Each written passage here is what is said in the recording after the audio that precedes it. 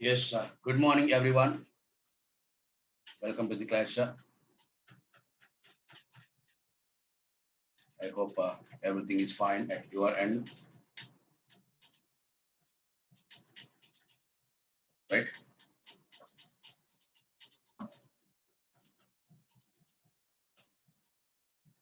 Yes, very good morning, everyone. Right, we have been discussing converters in that basics of converters. Conversion is completed, analog to digital as well as digital to analog. Then we started discussing digital to analog converters. In that we have two in our syllabus. One is weighted resistor, second one is R2R. We have analyzed weighted resistor. We observed there are some problems in this because it is using n different resistors for n bit conversion, and also the resistances are not exactly matching as expected when currents are not proportionate. When currents are not proportionate, expected linearity will not be there in the output voltage. So, and also when n is increasing, the resistance required is also very large. So it is not feasible to design this weighted resistor digital to analog converter for a higher number of bits, because when n is increasing, the resistance required is also becoming very large. So there is a reason all these problems we can overcome in a second one, which is the R2R resistor network type digital to analog conversion. Right? In this general circuit already I discussed. So it will be like this R2R, R2R, R2R, and so and so. The last one will be 2R will be grounded. So here, whichever is far away from op amp is LSB, whichever is near to the op amp is MSB. So it is not possible to analyze for n bits at a time. That is the reason I'm trying to prove whether it is giving expected expression or not. What is that here? Output voltage must be a proportionate constant into decimal equivalent of digital bits. A proportionate constant must be adjustable to resolution or step size. Then we can get expected analog output voltage. So there must be feasibility for adjusting voltages and resistors. Then it can be used as a digital to analog converter. So in this also I mentioned it is not possible to analyze at a time what is output voltage. We go with the superposition theorem by applying one by one sources, calculating output response, taking algebraic sum of all these individual responses. So first let me calculate output voltage for V0 VR source only. In this what we do here, by grounding B1 VR and B2 VR. By grounding B1 VR and B2 VR, let me calculate output response for B0 VR only. Then what should I do? If I know what is the equivalent of this entire network, what is that here? V Thevenin and R Thevenin. If I calculate V Thevenin and R Thevenin of this entire network, what is that output voltage? Minus RF divided by R Thevenin to V Thevenin. That's it. So I need to calculate between these two terminals what is V Thevenin and R Thevenin. Further also we can do step by step. First, let me disconnect here. Let me calculate V Thevenin and R Thevenin of this network. 2R, B0, VR. Now here I need to calculate open circuit voltage. To calculate V Thevenin, I'm calculating equivalent of this network. What is it here? 2R grounded. 2R. Here we have V0, VR source. Here we need to calculate what is V Thevenin and R Thevenin. What is the open circuit voltage now for this 2R, V0, VR? What is the here voltage off of this? Because 2R, one source. So in between, what will be the voltage? Off of this V0, VR by 2 is V Thevenin. Am I right? Here I am calculating voltage. Simply, it becomes like this. 2R, stretch the network. Whenever you are calculating any equivalence, my slogan is always stretch the network. I always a fan of Hayden Camerly in analyzing networks. Hayden Camerly, the way he narrates is very comfortable way. So what he says is whenever it is required to calculate resistances and our voltages, whenever you are not in a position to decide, then he says always stretch it, stretch horizontally, stretch vertically. These are the words he uses. Not only that, You might have heard while calculating RThevenin's, what we do? Voltage source will be shorted, current source should be open circuited. This is a simple statements we say, but the Hayden-Camerly says that kill the sources.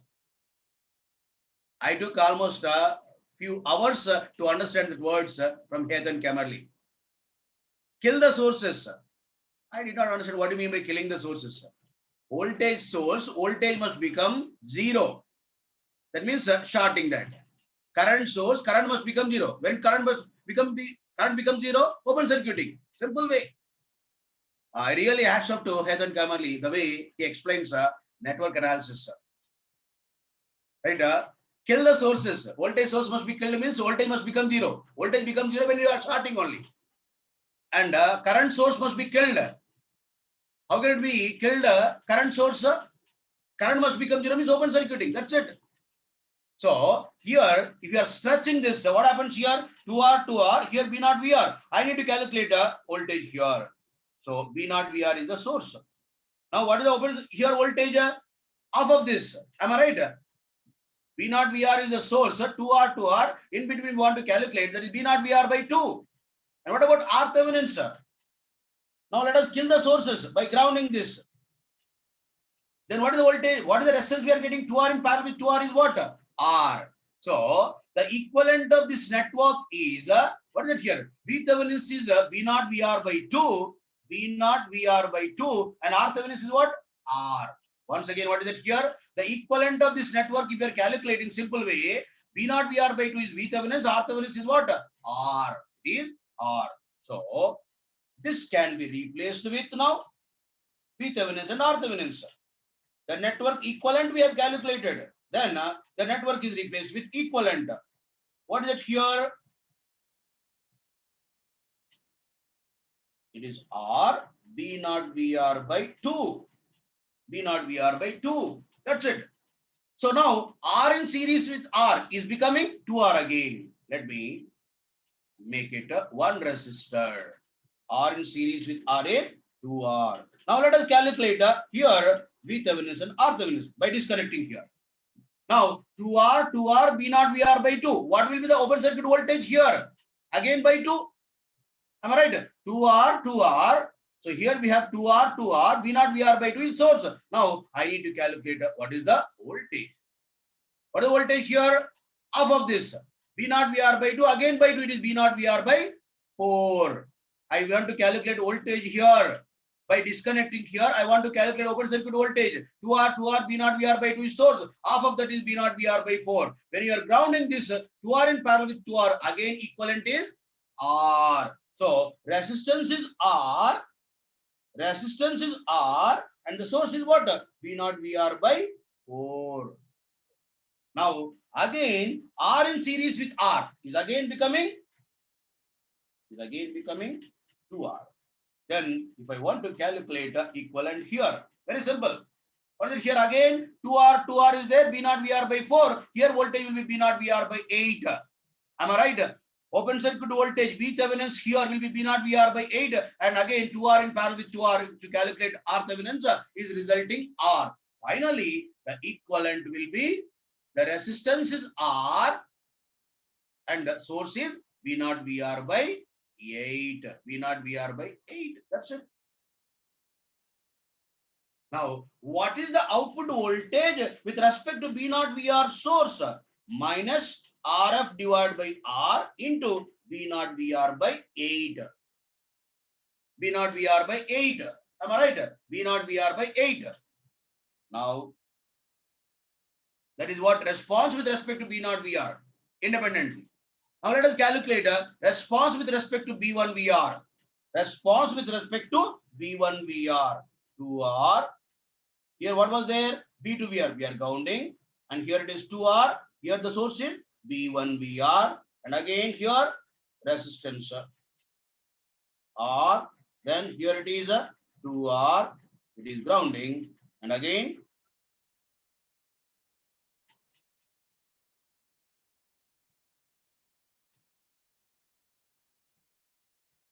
2R is grounded.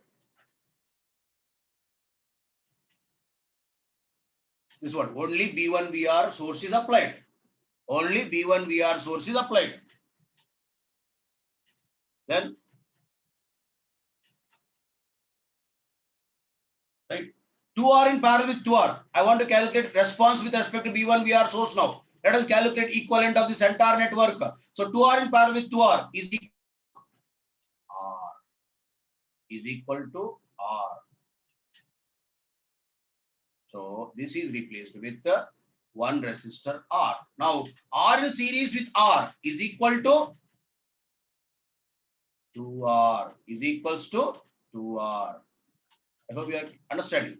Now I want to calculate a response here. What is it here? Equivalent of this network first. B1 VR 2R 2R. Open circuit voltage will be B1 VR by 2. But what about R Thevenin? By grounding this 2R in parallel with 2R is R. Once again, what is it here?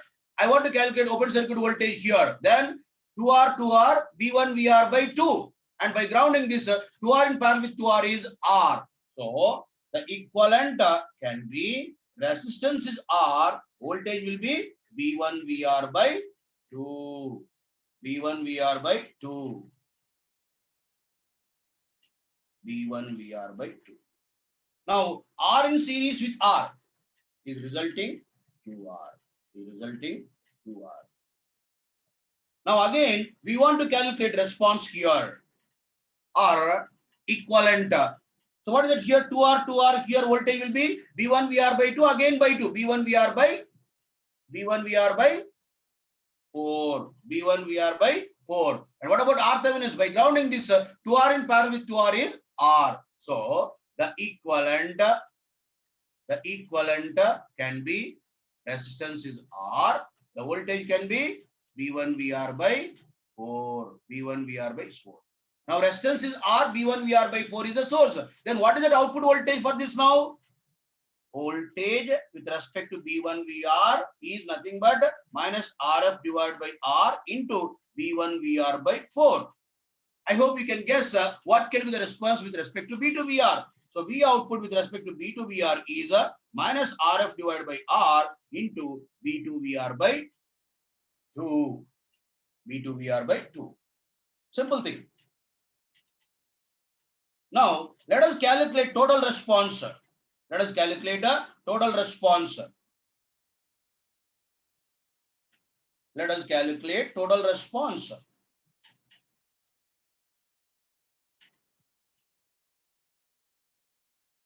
Let us calculate total response. V output is equals to V output with respect to B0 VR, V output with respect to B1 VR, V output with respect to B2 VR minus RF divided by R into B0 VR by 8 minus RF divided by R into B1 VR by 4 minus RF divided by R into B2 VR by 2. In these, if I take out, what is it here? VR by 8 into RF divided by R. If I take a minus VR by 8 into RF divided by R, then what we get here? B0 plus B1 into 2 plus B2 into 4. Then let me see that K into, what is that here? B2 into 2 power 2 plus B1 into 2 power 1 plus B0 into 2 power 0. Are you getting expected? K, a proportionate constant which is adjustable to step voltage or resolution into decimal equivalent of 3 bits. B2 into 2 power 2, B1 into 2 power plus B0 into 2 power 0. I'm writing this, rewriting this expression. 4 is 2 power 2, 2 power 1, and B0 into 2 power 0 is a B0 only. That's what we are writing. So is equals to what is that here? K into decimal equivalent of digital. Decimal equivalent of digital. Right? That's what we get. So when we are using it R and 2R resistors in ladder network, it can be used for digital to analog conversion. So in that ladder network, it is dividing the voltage as expected with the ratios. If R and 2 are two resistors, if you are able to get which are matching resistances, yes, it is possible to get expected linearity also. There was a problem, right? Because of multiple resistors. It is only two resistors. If these two resistors are manufactured with same processor, then obviously there will be matching. If R and 2 are also matching, you are getting expected linearity in the output voltage. Are we using different resistors? Oh no, only two resistors, right?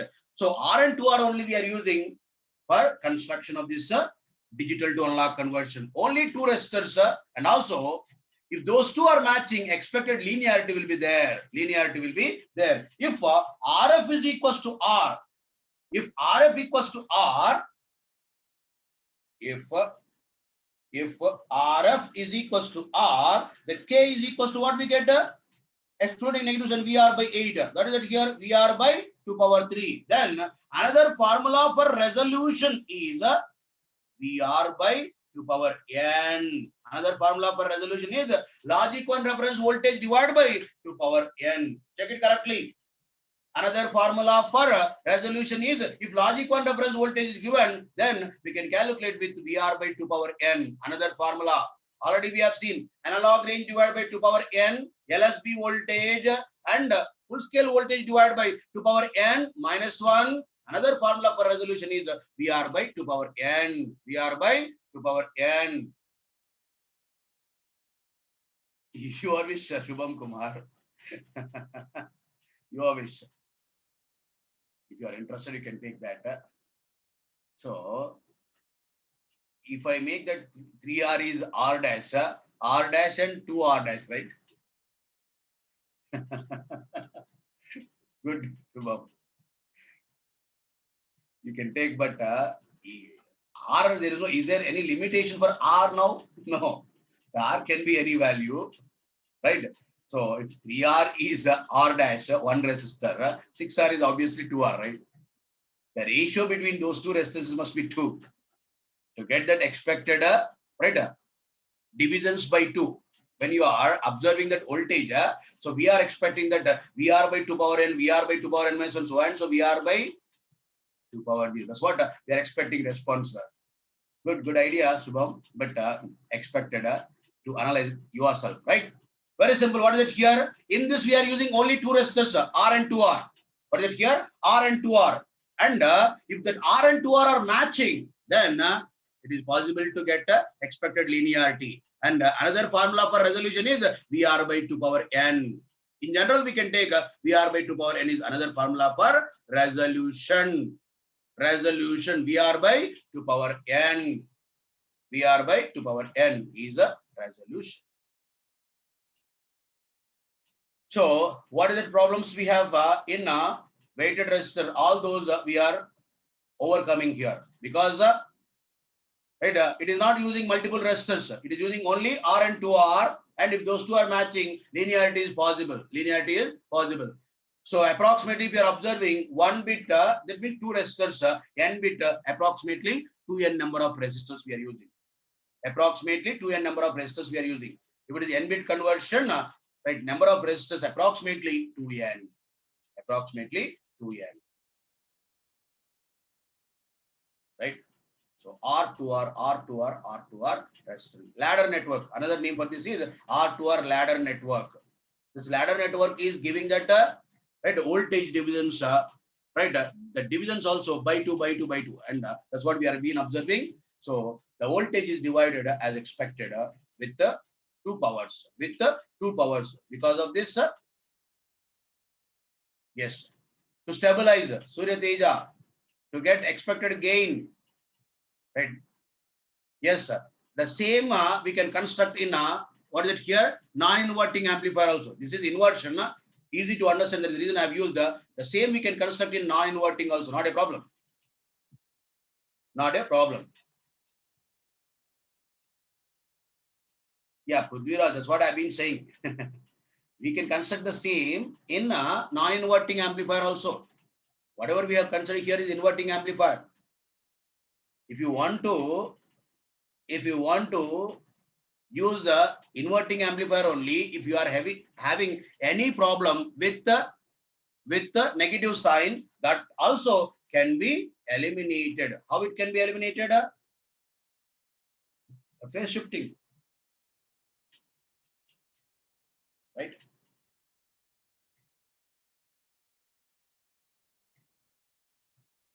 1K, 1K. If VI, what is the output voltage?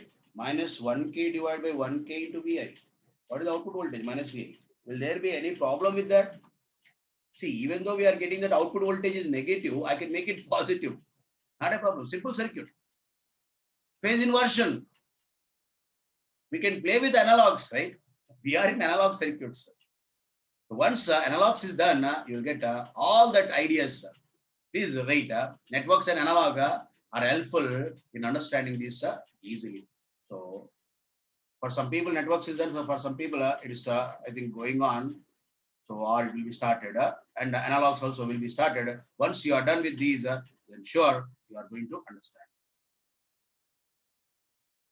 No, check it, Neil Teja. Check it. By interchanging, what happens? Try. Right. So there is no problem with the negative side. That's what you might have understood, right? Right. Now let me take next is analog to digital converters. Analog to digital converters. What we have here, first one is a counter type A to D. Second one is a flash type A to D. And the third one is a successive approximation type.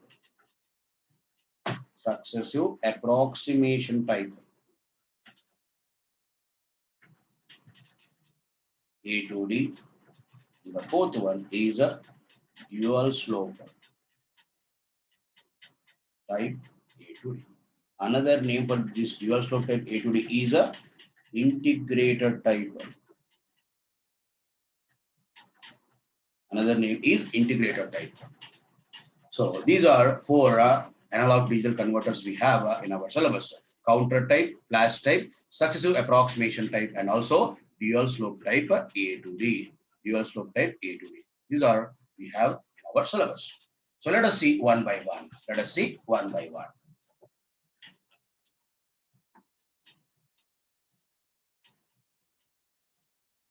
Moving to next slide. The first one is a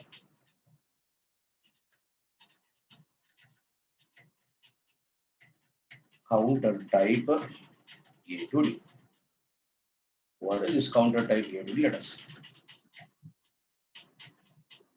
In which we have a counter, n-bit binary counter.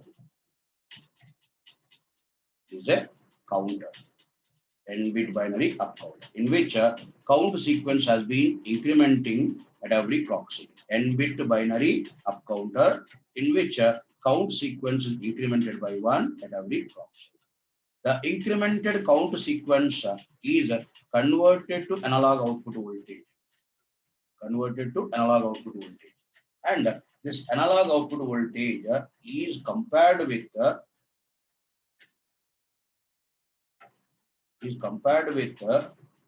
analog sample,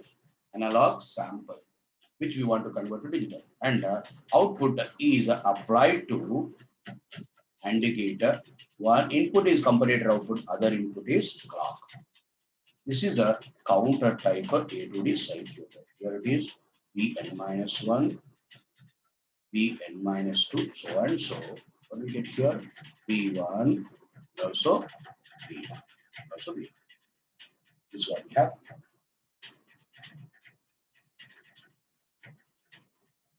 Right. The circuit.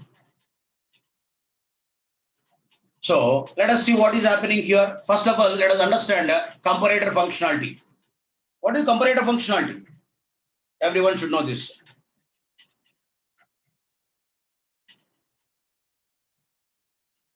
Here, if it is a V2 and V1, what is the output voltage? A into V2 minus V1.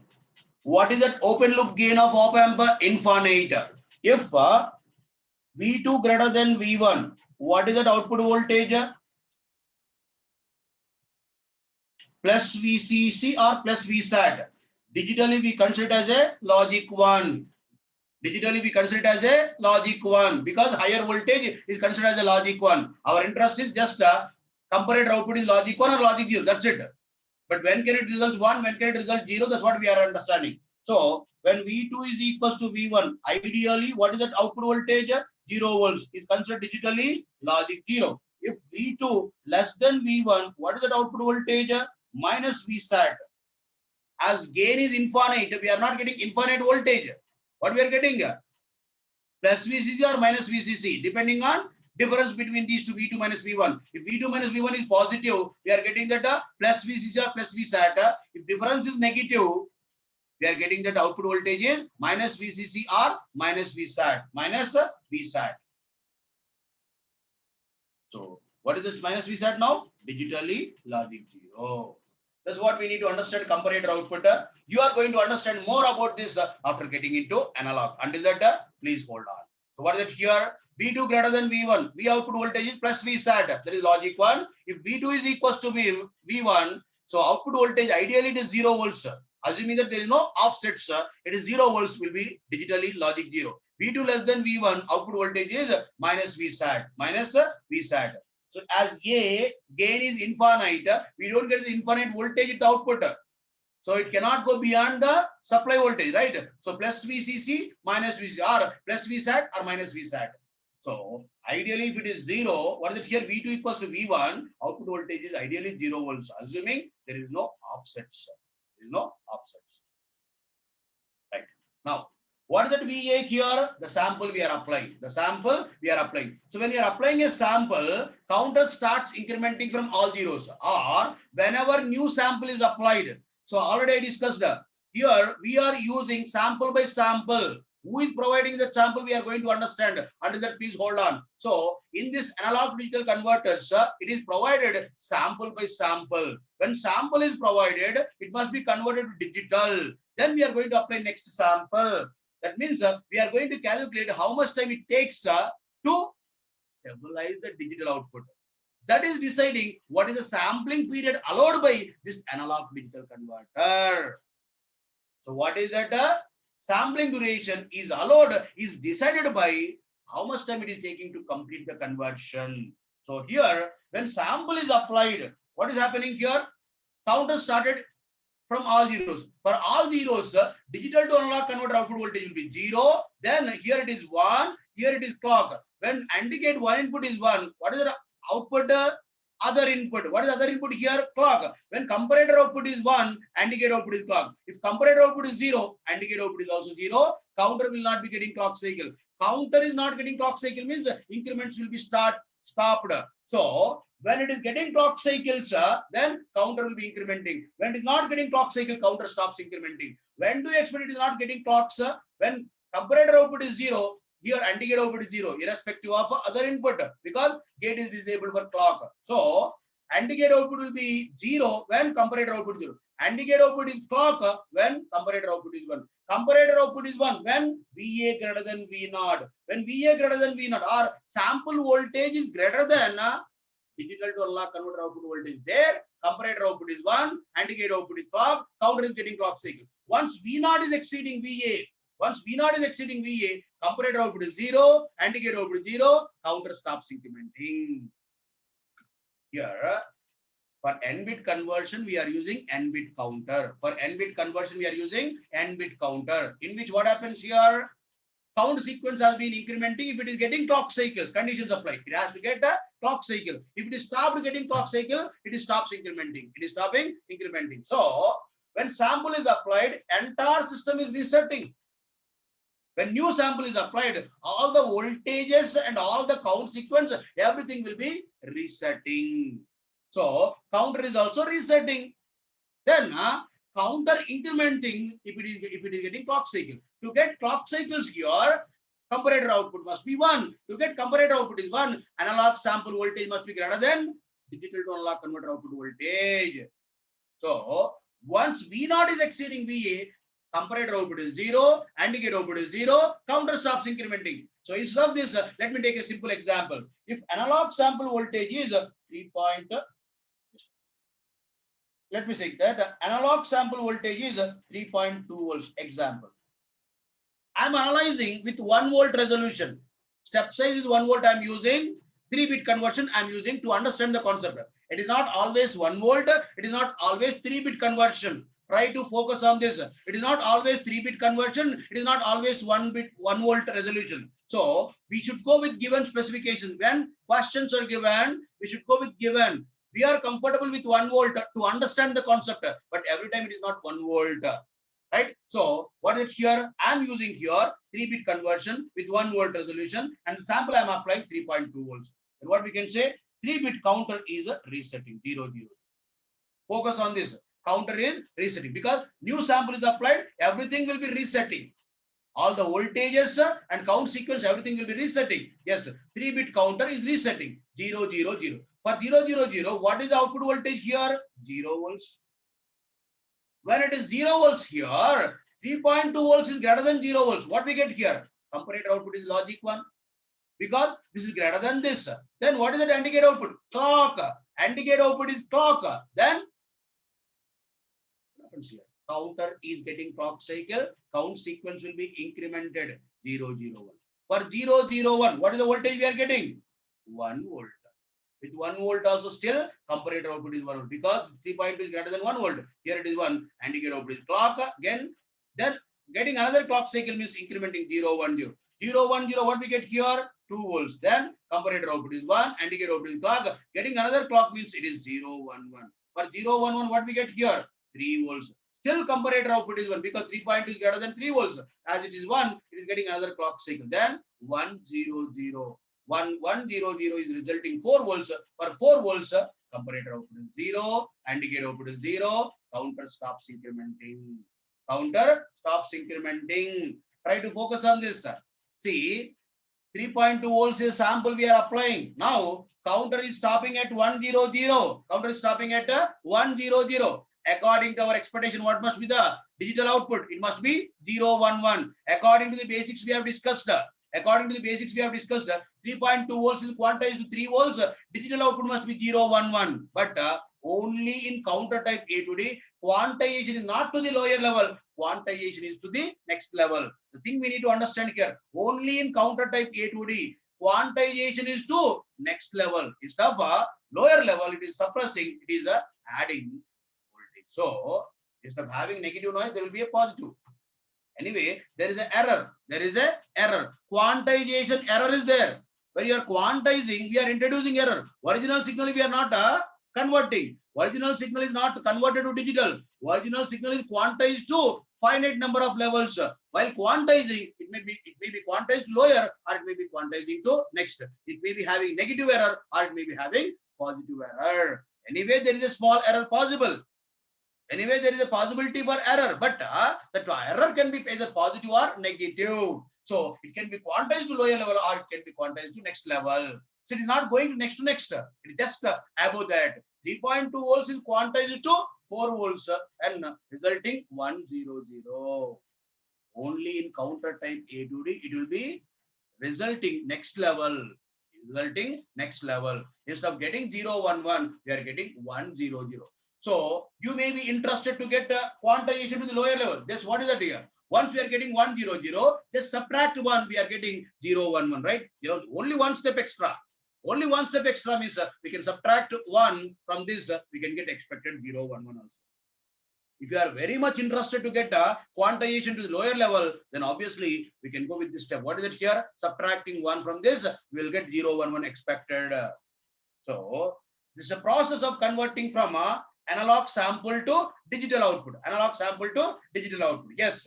So in this, what we are understanding, n-bit counter is there, which is incrementing clock, right? At every clock cycle. At every clock cycle, count sequence is converted to analog output voltage. That analog output voltage is compared with the analog sample voltage. If comparator output is 1, AND gate output is clock, counter is incrementing. If comparator output is 0, AND gate output is also 0, counter is not getting clock cycles, counter stops incrementing. A simple process. A simple process of converting analog sample into digital output. Digital output. Right? What is the conversion time? What is the conversion time? What is the conversion time? Here it is 1, 2, 3, 4 clock cycles. If voltage is more than this, then it takes more than 4 clock cycles. If voltage is lesser than this, will take lesser than these clock cycles, lesser than 4 clock cycles, right? So conversion time is not fixed. Conversion time is depending on analog sample voltage. Conversion time is not fixed. Conversion time is depending on analog sample voltage. But what should I fix as approximation time or conversion time? The TA must be fixed, right? So what should I fix TA, approximation time or conversion time? For a sample, how much time it takes? Yes, sir. Conversion time is not fixed. Different sample voltages, we are getting different conversion time because it takes a number of clock cycle depending on analog sample voltage. Then, irrespective of sample voltage, conversion should be completed. What sample I am applying, I don't know. Then, whichever is maximum, that is worst case, right? Again, when I don't know what sample I am applying, already we discussed that. When I don't know what is the inputs I am applying, what we do? Worst case analysis.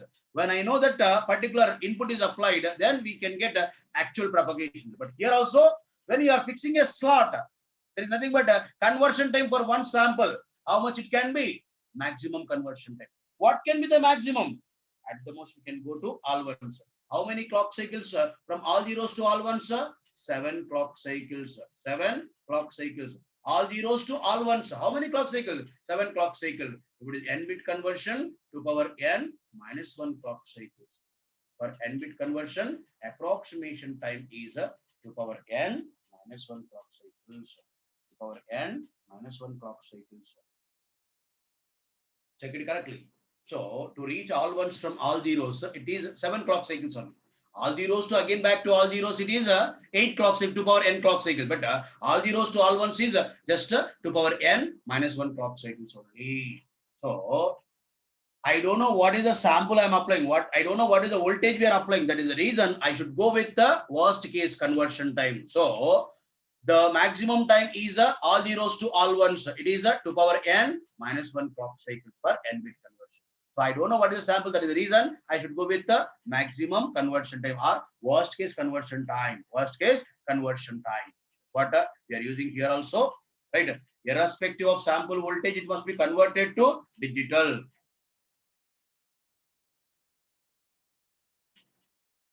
All those are included in one clock cycle. Bharat, in one clock cycle, 1 bit conversion is completed, means everything is included in that. The clock period we need to choose such that it is completing all such operations in one clock cycle. Already we have discussed that. Again, you are asking same. What is it here? One clock cycle you are fixing.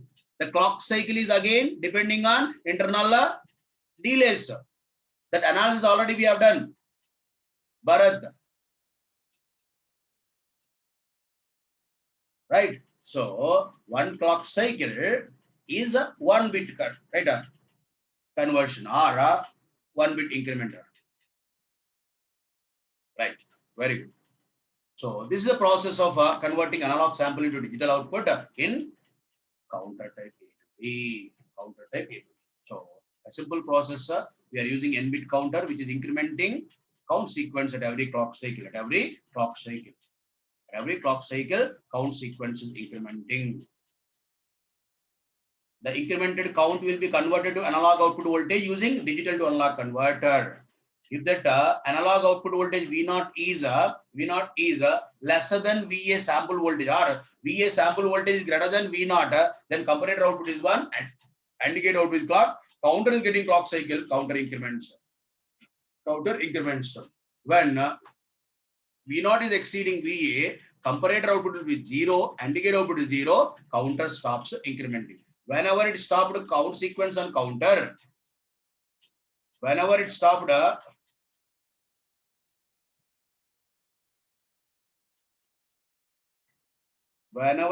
incrementing, then the count sequence on counter is approximate digital output for analog sample we have applied. Approximate digital output for analog sample we have applied. Bhavani, I did not understand what is that. How did you get that?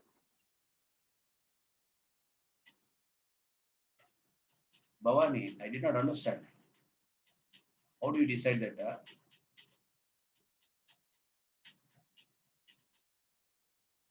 That depends on clock period, right? Clock period is not decided. So if I say clock period, I can say how much time it is.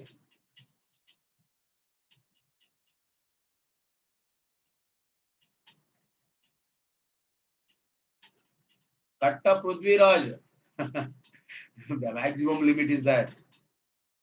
You should not exceed that.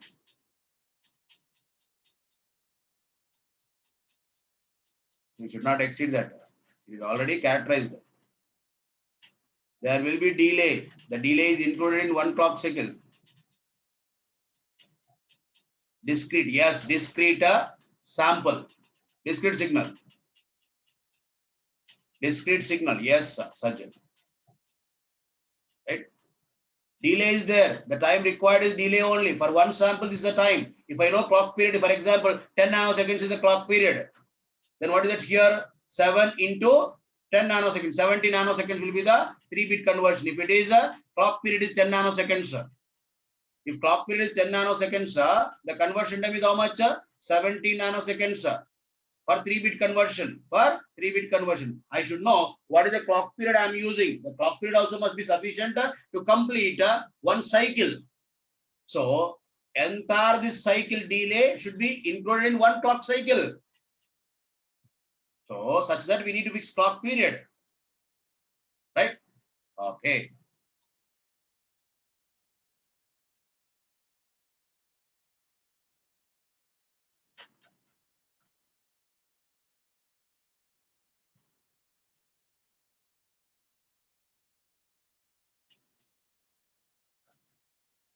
Flash type A to D. Flash type A to D.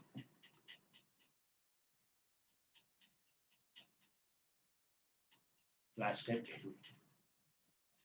A simple flash type A to D, let us understand.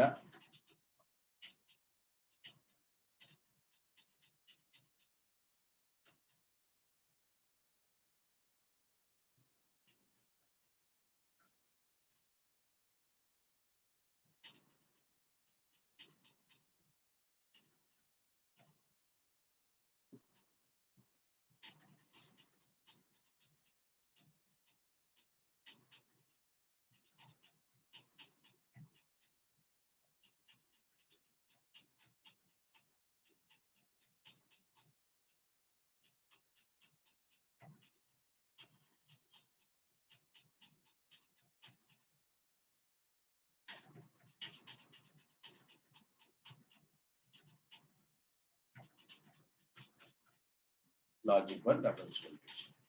Negative terminal connecting to a voltage divider network.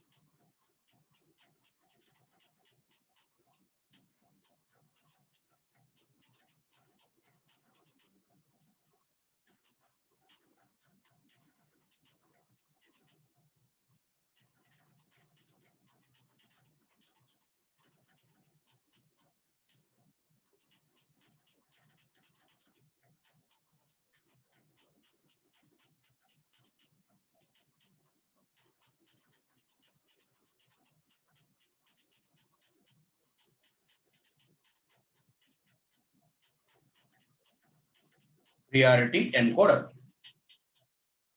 Priority encoder.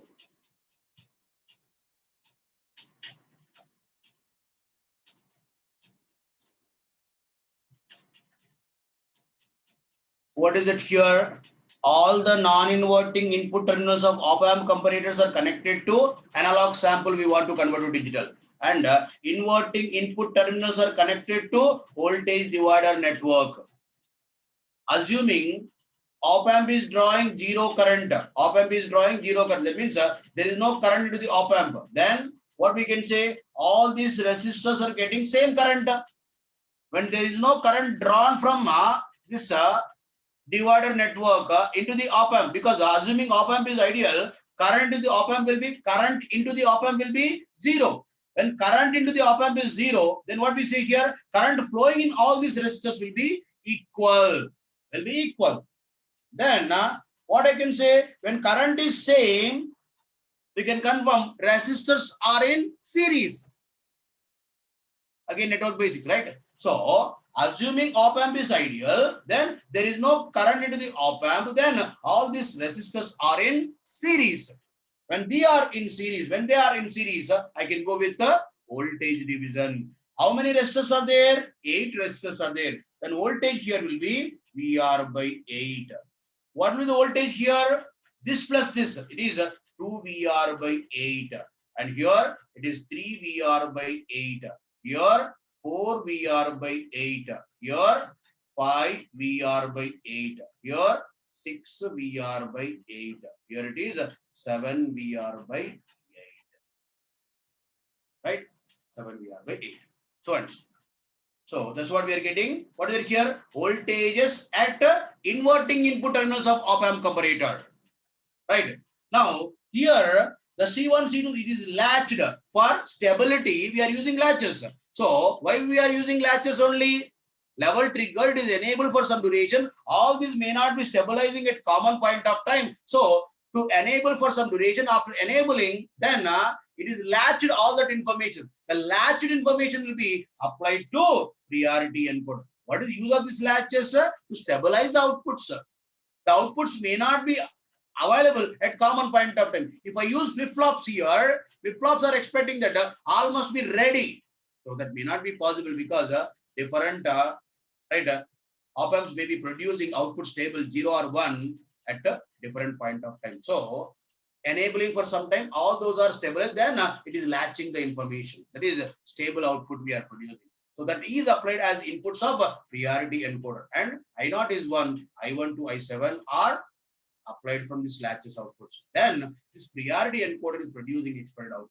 What is the priority order also? Let us discuss. What is it here? Priority order is the I7. Already I discussed this priority encoder. I7 greater than I6 greater than I5 greater than I4 greater than I3 greater than I2 greater than I1 greater than I0. Least priority one is I0. Highest priority one is I7. Highest priority one is I7. Now, what can be the possibilities? This VA may be lesser than VR by 8, greater than VR by 8. If VA, see, non-inverting input terminal, all these are connected to VA. So here if you are observing this op-amp, VA less than VR by 8, comparator output 0. VA greater than VR by 8, comparator output is 1. And here also VA greater than 2 VR by 8, comparator output is 1. VA less than or equals to VR by 8, here it is 0. And again here VA greater than 3 VR by 8, here it will be 1. If VA less than 3 VR by 8, here it will be 0. And similarly so and so. So what we can understand here is, listen carefully. First condition, if VA, whatever the VA less than VR by 8, if VA less than VR by 8, here it will be 0. If VA less than VR by 8, obviously less than 2 VR by 8, here also 0. Less than 3, all these are zeros. The condition is what? VA less than VR by 8. Then all these comparator output will be 0. Any doubt in this, sir? The non-inverting input terminal is connected to VA. That voltage is lesser than VR by 8 means obviously here it is 0. When it is VA less than VR by 8, obviously less than 2 VR by 8, less than all these, then obviously all these are zeros. When all these are zeros, then I1 to I7 are zeros. Then I0 only 1. The least priority one is getting 1. then encoder output must be I naught ID. What is the I naught ID? 000 for 3 bits. What is it here? So I naught is getting priority because all the other are zeros. When I naught is 1, then it should be given priority to I naught when all other are zeros, because I naught is least priority one. I naught is getting a chance when all other are zeros. Yes, all I naught, I1 to I7 are zeros. I naught only 1. Then B2, B1, B0 will be 0, 0, 0. Second condition. If VA greater than VR by 8 but less than 2 VR by 8. Once again, second condition, VA greater than VR by 8 but less than 2 VR by 8. Then what we get here? Right?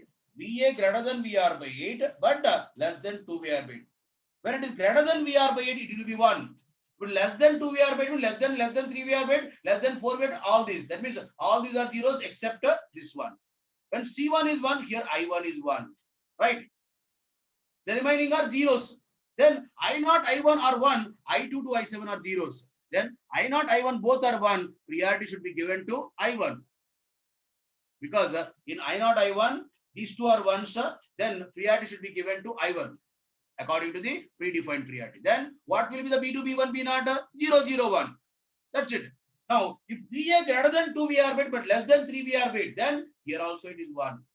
And remaining will be 0. Once again, VA greater than 2 VR by 8 but less than 3 VR by 8. As it is greater than 2 VR by 8, obviously these two are 1, remaining are zeros.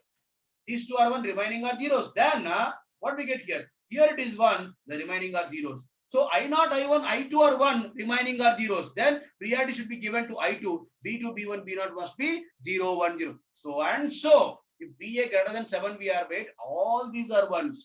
If VA greater than 7 VR by 8, all these are 1s. Then all these are 1s. Priority should be given to I7. What should be the output? 1, 1, 1. 1, 1, 1. Am I right?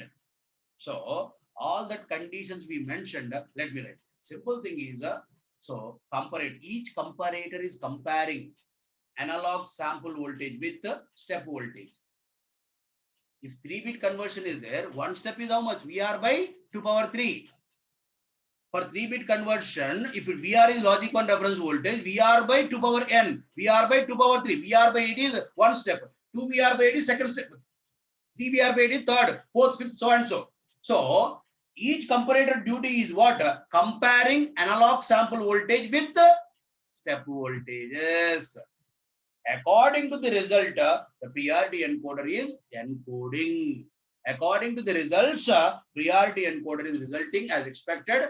3-bit or n-bit equivalent. N-bit equivalent. Once again, each comparator duty is a what? Analog sample is common for all the op-amp comparators. Analog sample is common for all the op-amp comparators. Then the other input is nothing but step voltages. With voltage divider network, we are applying that step voltages. Step voltages. Now, what we are getting here? When the resulting ones and zeros, those are converted to, what is it here? 3 bits using priority encoder. Priority encoder. Let me write the conditions.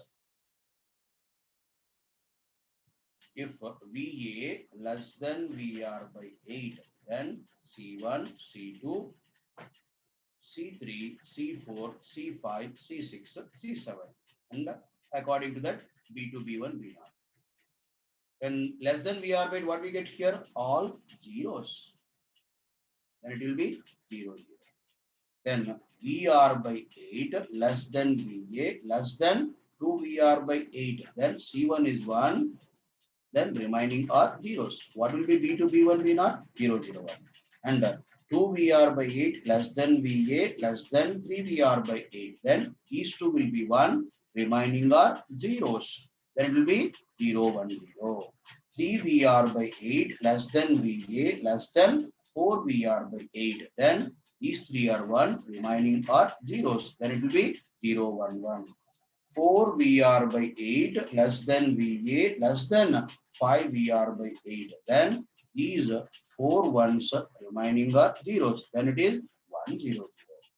5 VR by 8 less than VA less than 6 VR by 8. Then these are ones remaining are zeros. Then it is 1, 0, 1.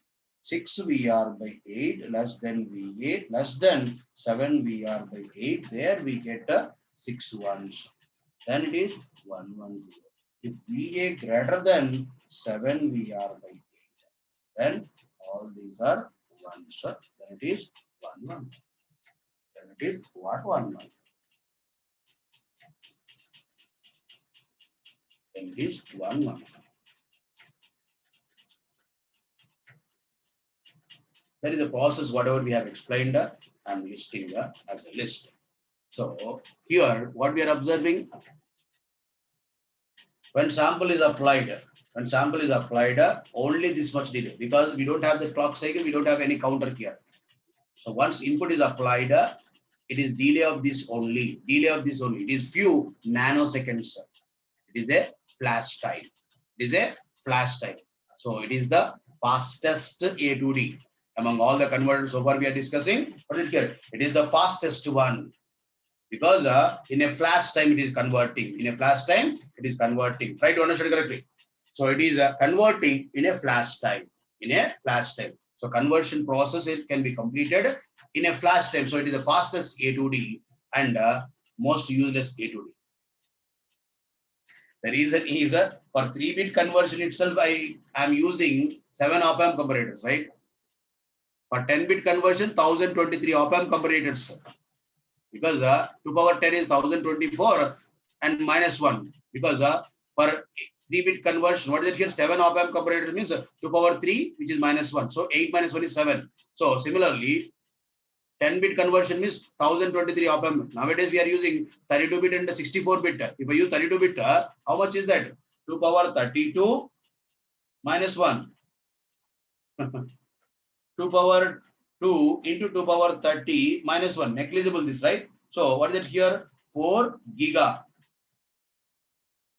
2 power 10 is kilo, 2 power 20 is mega, 2 power 30 is giga. So 4 giga op-amp comparators for 32-bit conversion.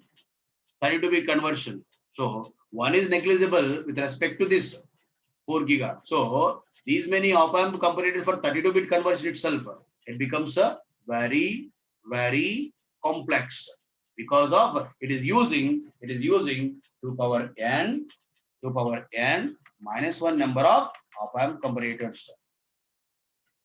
2 power n minus 1 number of op-amp comparators. It is fastest but most useless because of its complexity. Flash type A to D is a complex circuit. Because of that, we never use in our real applications. The number of bits has been increasing, so area required to construct this converter itself is very large. So converter and processor. So if you are comparing converter and processor area itself is more than processor area.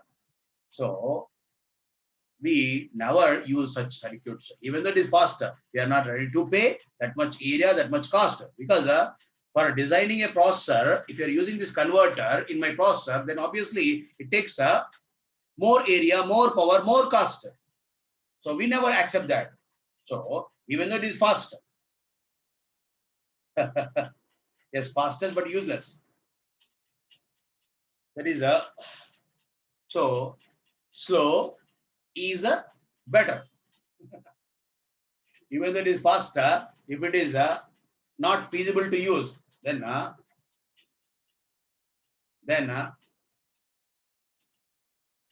most fast is not useful. That is the reason generally you might have observed in campus placements also. The best candidates may not be selected early. The middle level will be selected first. Even company thinks if a person is very fast, if IQ levels are very much high, they may not be there with the companies later. That is, fast is not required. So moderate is best always. Okay.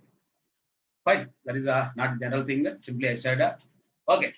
So even though it is faster, we cannot use in real applications. So fastest A to D, but because of its complexity, we are not able to use in real circuits. These are flash type A to D. Why complexity is very much high? For n-bit conversion, it is using 2 power n minus 1 number of op-amp comparators. As it is using 2 power n minus 1 number of op-amp comparators for n-bit conversion. Because of this, this complexity has been increasing. Right? Try to understand these. Yes.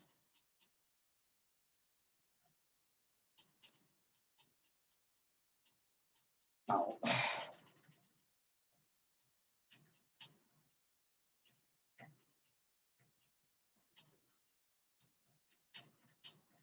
what is the third one? Successive approximation type A2. Successive approximation type A2. Very simple concept. This is a very simple concept. Successive approximation type A2. If it is physical or offline classes, you might have understood my actions clearly, but I'll try to do my best to convey the concept which I have been using to explain this successive approximation type A2. A general example I consider to convey this. So successive approximation type A2D is nothing but by changing successive bits, it is approximating analog sample into digital output. Once again, by changing successive bits from MSB to LSB, bit by bit successive bits, it is getting changed. Every iteration we are changing one bit. That is, successive bits have been getting changed and we are approximating. So successive approximation type A2D is nothing but by changing successive bits, it is approximating analog sample into digital output. Analog sample into digital output.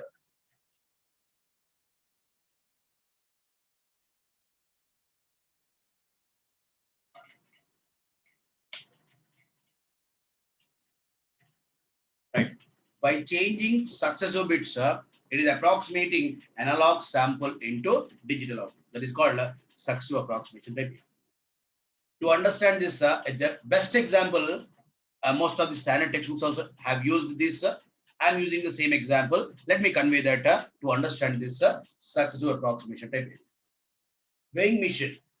So you might be knowing that a weighing machine, two plates. One plate we are keeping the quantity, another plate we are adding weights. Right? Don't act too much like you haven't seen this. You know, right?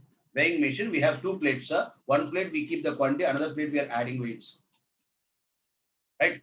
Not digital weighing machine. Right? In the market. Try to go to market at least once in a year with your mom. Then you may be understanding many things in society. Not now.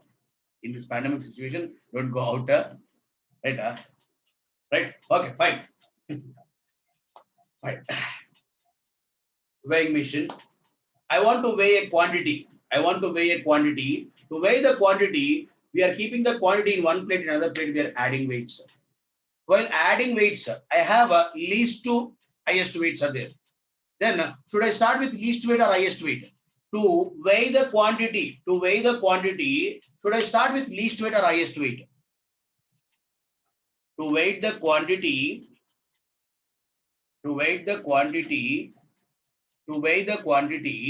so by keeping quantity in one plate, in another plate we are adding weights. Should I start with least or highest weight? Yes, expected. Least to highest generally we expect, which is wrong.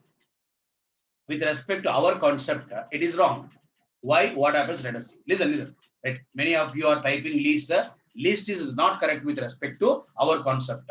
So let us see what is that. What happens if I start with least? See, quantity is there. I added 1 kg. Quantity is still greater than 1 kg. Now adding 2 kg. Still, right? Weight. Quantity weight is greater than this weights. Now adding 5 kg. Now still it is greater. Quantity is greater. Now I am adding 10 kg. Then it is still greater. Quantity is still greater. Now I am adding 50 kg. Now it is lesser.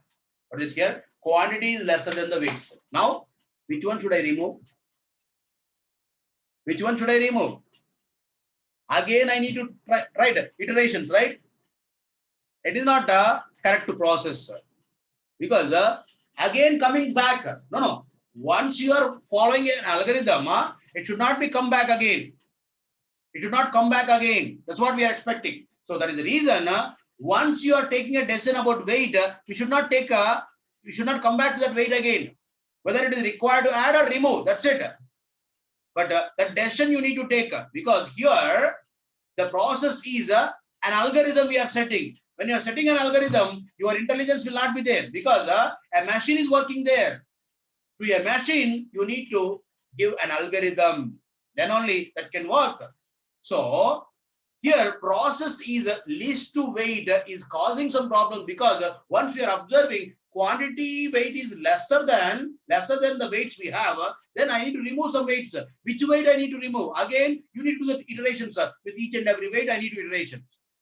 That is not a correct process. That is the reason better to start with highest weight. What happens if I start with highest weight? Let us see. Listen carefully. Everyone should follow. Just maximize the video and just observe me. Nothing is there to write on this slide now. Please understand what I've been explaining. Yes, sir. You can pin my video and you can see that my video only, right? It is possible, I hope. Right. What is this plate? We are adding quantity. What is this plate? Weights we are adding, right? What I'm saying that don't go with the least to highest. What I'm saying now, highest to least. What is it here? Highest to least. So I'm suggesting you high to low, highest to lowest. Let us see how it is performing the operation. Yes, what we have here, my right hand. What we have in this quantity. Let me say watermelon is there. For understanding, watermelon is there. In this, we are adding weights. In this, we are adding weights. What I'm suggesting now, start with highest weight first. Right? Listen. What we have in this watermelon. What we are doing here, adding weights. Listen carefully. Now, keeping that highest weight we have here. I have that highest weight. I'm keeping in this plate now. What is this here? Watermelon is there. Quantity is there. Now, after adding weight, what you may be observing? Quantity. Watermelon weight may be greater than the weight we are keeping, or watermelon may be lesser than the weight we are keeping. Two possibilities. See, here we have watermelon. Here we have weight. What is it here? Only one weight we have. What is it here? Highest weight with us. Whatever the highest weight we have with us, we are keeping here. Now, observing. What is it here? Quantity. The watermelon. Weight is greater than the highest weight or lesser than the highest weight. One by one, let us analyze. If the watermelon weight is greater than the highest weight, then what should I do? Watermelon weight is greater than the highest weight. Then what should I do? Keep that highest weight as it is, adding next to most weight. Listen carefully.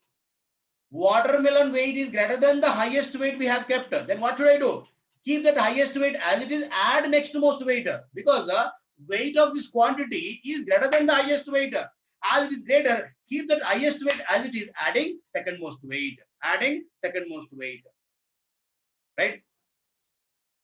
This is one possibility. Other possibility is what? Watermelon weight. I have analyzed only one condition when we are adding highest weight. Highest weight is added. If quantity is greater than the highest weight, then keep that as it is, adding next most weight. Second possibility also we need to analyze. What is it here? It is lesser than the highest weight. Watermelon weight is lesser than the highest weight we are using. Then what should I do? Remove the highest weight, adding second most weight. If the quantity of this, what is it here? If the weight of this quantity is lesser, what is it here? Quantity weight is lesser than the highest weight, then I should do removing that highest weight, adding second most weight. At this iteration, in two conditions, we are adding second weight, but we are taking a decision whether should I keep that highest weight or remove.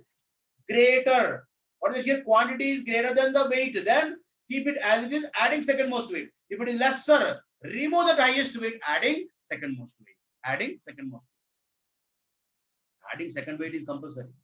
We are going to add next weight compulsory, but whether we are keeping that highest weight as it is or removed, decided by the condition. So greater, keep it as it is, adding second weight. Lesser, remove, add second weight. And again, after adding second weight, once again checking greater. Greater means quantity is greater than weight. Then keep second weight as it is, adding third weight.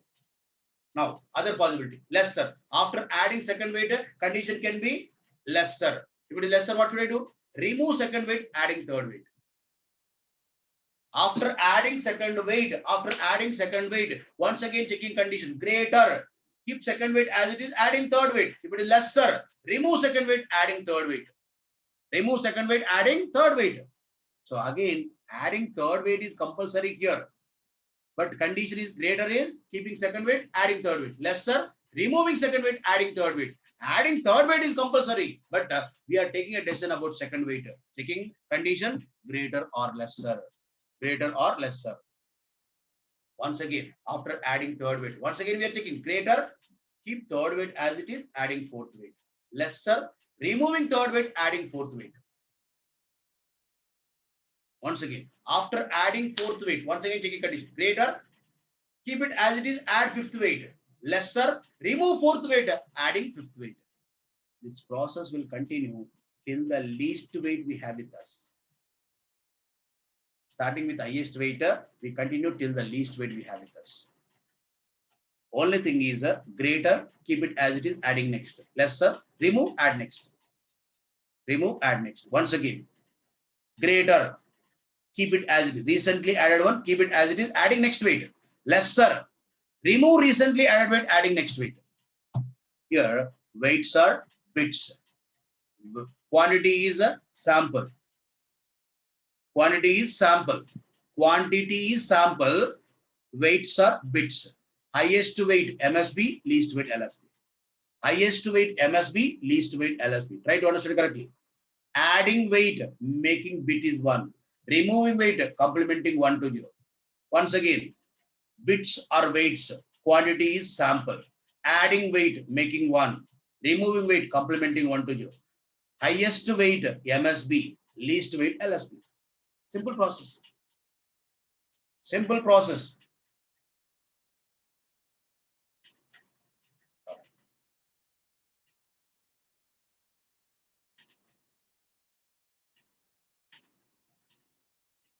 Yes.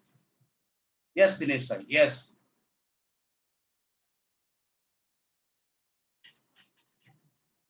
Is there any problem with my video?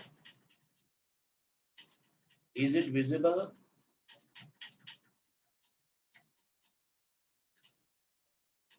Shubham.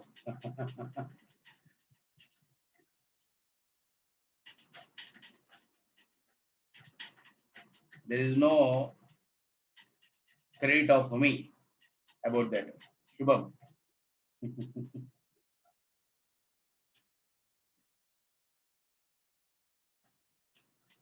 Some people are saying that it is not visible.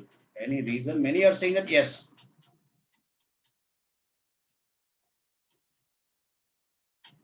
Some people are saying no.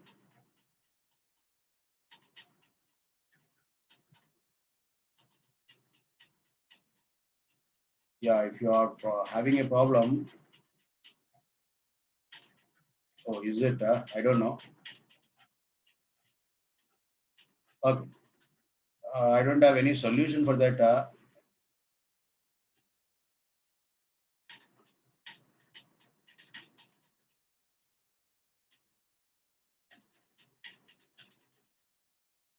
Okay.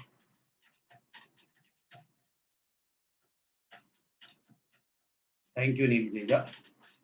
Yes, fine. Okay. Now, what is it here? Quantity is sample. Listen, quantity is sample. Quantity is sample and weights are bits. Highest weight is MSB, least weight is LSB. Least weight is LSB. Now, let us take a simple example. Simple example. 3-bit conversion, 1 volt resolution. 3-bit conversion, 1 volt resolution. 3-bit conversion, 1 volt resolution. With this, what we can do, let us see. So, what should I do first? Adding highest weight. What do you mean by adding highest weight? Making MSB is 1. What do you mean by removing weight? Complementing 1 to 0. So, whatever I said, already I mentioned, condition is greater. What do you mean by greater? Quantity is greater than the weights. Then keep all those weights adding next weight. If quantity is lesser than the weights, then remove recently added one, add next one. Statement must be understood correctly. Quantity is greater, keep it as it is, adding next weight. If quantity is lesser, then remove recently added one, add next one. Condition is always only two. Greater, lesser. Greater, keep it as it is, adding next. Lesser, removing, adding next one. Removing recently added one, adding next one. Once again, condition greater, keep it as it is, adding next one. Lesser, removing recently added one, adding next one. Adding next one. Try to understand correctly. Try to understand correctly. Right. Now, if I say that 3-bit conversion, 1 volt resolution, 3-bit conversion, 1 volt resolution, let us go with samples. For example, if I have an analog sample is 3.6 volts. Analog sample is 3.6 volts. Then let me use 3-bit conversion to understand the concept. So in 3 bits, what should I do first? Adding highest weight. Adding weight, making 1. Adding highest weight, making MSB 1. Anyone has any doubt? Adding highest weight, making MSB is 1. Am I right? Are you there?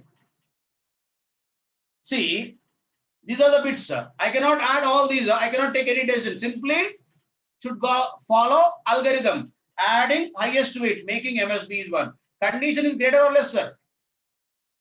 For that, I should know what is the voltage we are getting with these weights. How much is that we have added? 4 volts, right? With 1 volt resolution, 100 is resulting 4 volts. With 1 volt resolution, 100 is resulting 4 volts. Am I right? Yes. So 3.6 volts is sample. The weights we have added is 4 volts. Condition is greater or lesser? Condition is greater or lesser? Condition is greater or lesser?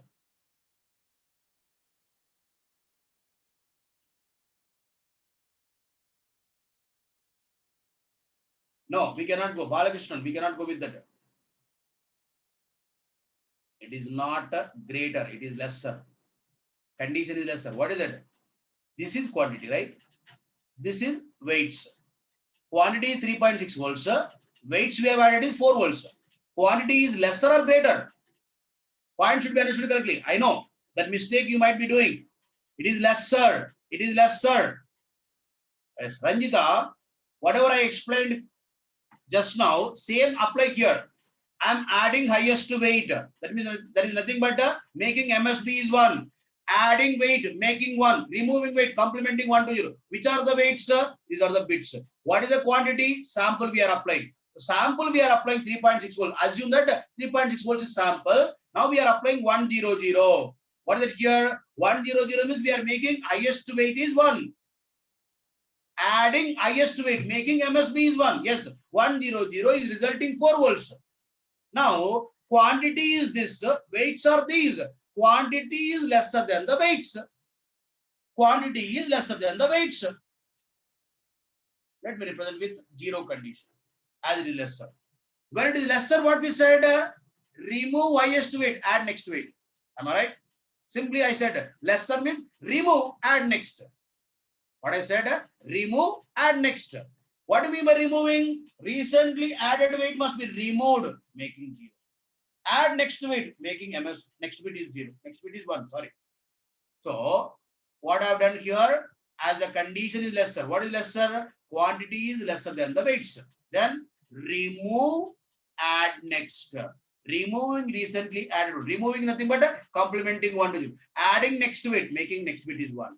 0, 1, 0. What we get with 0, 1, 0? 2 volts. What we get with 0, 1, 0? 2 volts. Am I right? Are you able to calculate? With 1 volt resolution, decimal equivalent is 2 and with multiplied with 1 volt, it is 2 volts.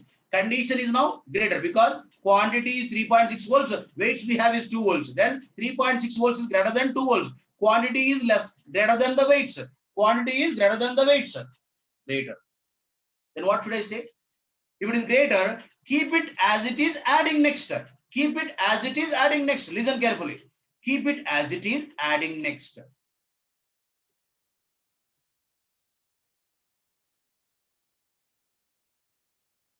right? After this, again we need to take a decision. With 0, 1, 1, what is the voltage we are getting? 3 volts. Now, quantity 3.6 volts. What is that here? Weights is 3 volts. Again, quantity is greater than the weights. Again, quantity is greater than the weights. Then again, condition is what? Greater. If it is greater, what should I do? Keep it as it is, adding next. Keep it as it is, adding next. Yes, keeping it as it is, adding next. Nothing is there to add. Yes, done. What should I do? As condition is greater, keep it as it is, adding next. Yes, keeping it as it is, adding next, nothing is there to add. Why? As condition is greater, keeping it as it is, adding next. Understand? Greater, keep it as it is, adding next. Lesser, removing, adding next. Removing, adding next. That's the analysis. What is it here? Greater, keep it as it is, adding next. Lesser, remove, add next. Removing nothing but complementing recently added bit.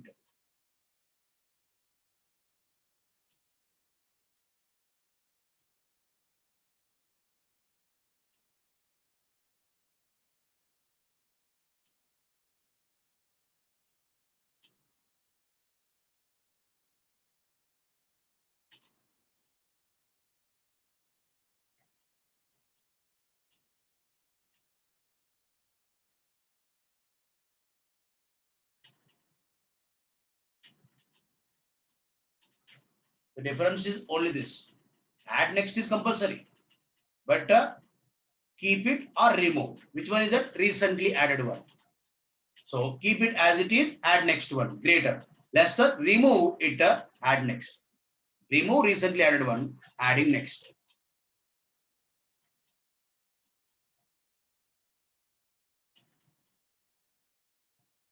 Add next weight or making next bit is 1. Adding next weight is nothing but making next bit is 1. Adding next weight, which is nothing but making next bit is 1. See, here, once again, I'm explaining. Adding highest weight, making MSB is 1. Listen carefully, everyone. Adding highest weight, making MSB is 1. What is the voltage we are getting? 4 volts. How do you calculate? I'm assuming 3-bit conversion, 1 volt resolution. Every time it is not 3-bit conversion. Every time it is not 1 volt resolution. Yes. So adding highest weight, making MSB is 1, is resulting 4 volts. Now quantity is 3.6 volt because quantity is what? Sample. Weights is bits we are adding. So quantity is lesser than the weights. Quantity is lesser than the weights. I'm representing with 0. Then if it is lesser, what we said, remove, add next, right? Remove, add next because lesser. As condition is lesser, removing, adding next. Removing this 1 means 1 to 0 is removed. Adding next bit. So adding next bit is 1. I don't take any decision about this here. So we should go with only successive bits. So I'm taking decision about this MSB. I'm adding next bit or making next bit is 1. Now after this 0, 1, 0 is resulting 2 volts. Now quantity is how much? 3.6 volts. What is the weight we have? 2 volts. 3.6 volts is greater than 2 volts. Greater. Then keep it as it is, adding next. So with the recent one, so 0, 1, keep it as it is, adding next bit. Right? So by keeping this one as it is, adding next one. Yes, 0, 1, 1, we are getting 3 volts. Now 3.6 volts is quantity. 3.6 volts is greater than 3 volts. Greater. If it is greater, what we say here? Keep it as it is, adding next. Keep it as it is, adding next. So which one is recently added? This one. So keep it as it is. Yes, keep it as it is done. Adding next, nothing is there to add. Already we reached LSB. Already we reached LSB. This decision is also important. This decision is also important. We are going to understand clearly in the next one. For example, if analog sample is 4.3 volts, if analog sample is 4.3 volts, let us analyze. Listen carefully. So what should I do first? Adding highest weight. Adding highest weight. Making MSB is 1, adding highest weight. How much we get here? How much is that? 4 volts, right? Now quantity is 4.3, the weights is 4 volts. 4.3 volts is greater than 4 volts. 4.3 volts is greater than 4 volts. Condition is what? Greater. Listen carefully. Greater. 4.3 is greater than 4 volts. It is greater. Then keep it as it is, adding next. Keep it as it is, adding next. Then 1 as it is, adding next one. Listen carefully. As condition is greater, because 4.3 is greater than 4 volts, condition is greater. Keep it as it is, adding next one. Keep it as it is, adding next one. So 110 with 1 volt resolution is resulting how much? 6 volts. Now condition is greater or lesser? 4.3 is lesser than 6 volts. 4.3 is lesser than 6 volts. Lesser. It is lesser. When it is lesser, what we do? When it is lesser, what we do? Remove, add next. So which one should be removed? Recently added one should be removed. So I should not touch this one, first one. So recently added one, this, that should be removed. That means complementing. And adding next to it. Yes, sir. Next to it is one.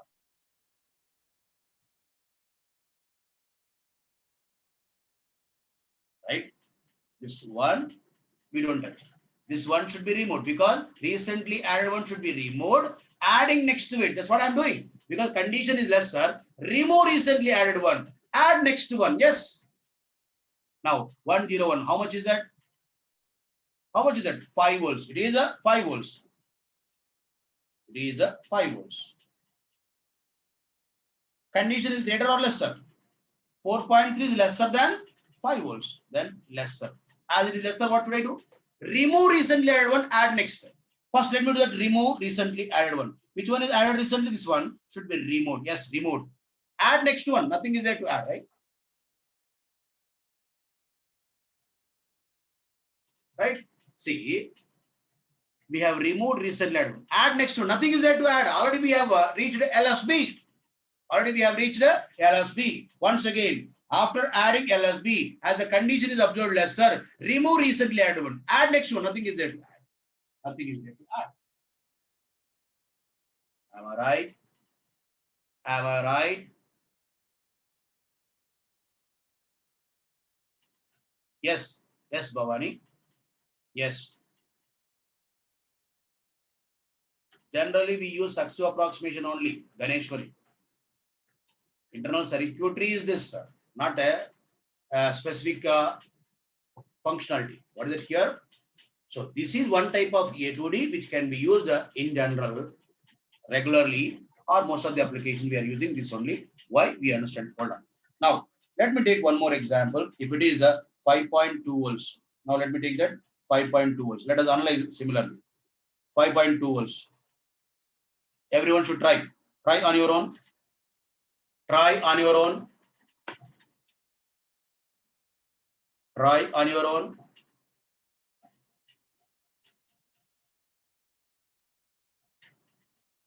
Right, Ganeshwari, here I'm using with 1 volt resolution, 1 volt resolution, 3-bit conversion.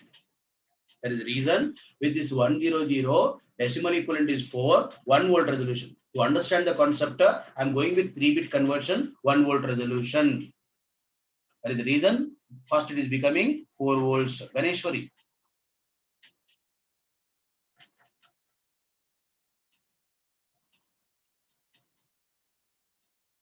Right. If it is 5.2 volts, let us see what is it here. Start with adding highest to it.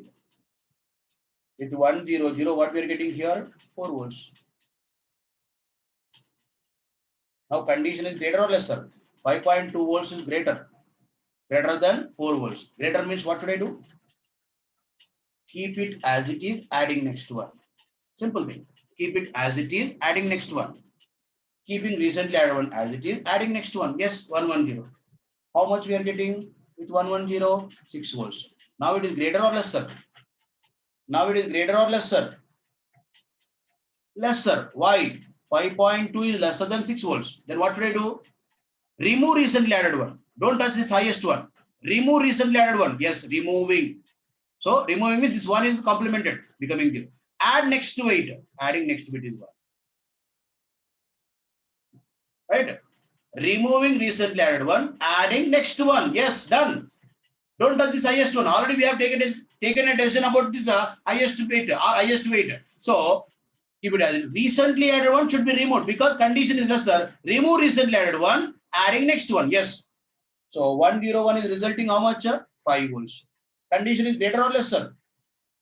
Condition is greater or lesser? Greater, because 5.2 is greater than 5 volts. Then what should I do? Greater. Keep it as it is, adding next. So keep it as it is. Keep it as it is, adding next. Nothing is there to add. Keeping it as it is, adding next. Nothing is there to add.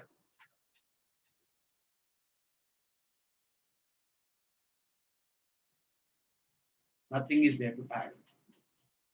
Keeping it as it is. So keeping it as it is, adding next. Nothing is there to add.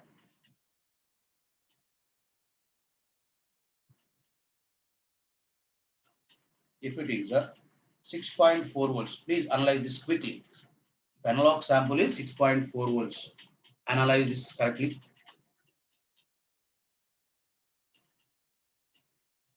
Yes, Bhavan, correct. Yes, Venkata Brahmareddy, very good. That's what I'm expecting. The bit changes. You can write if you want to respond for this question. So write how it is changing. How it is changing bits.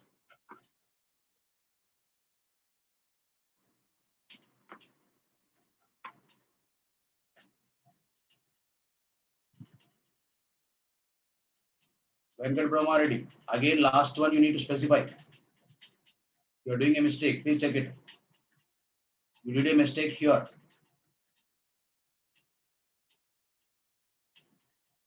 After that also you have to take a decision.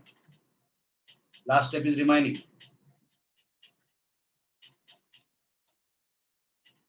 See, some people are doing mistake again. Let us see. 100. How much we get here? 4 volts. Condition is greater or lesser? Greater, right? Greater. Condition is greater because 4 volts, 6.4 volts is greater than 4 volts.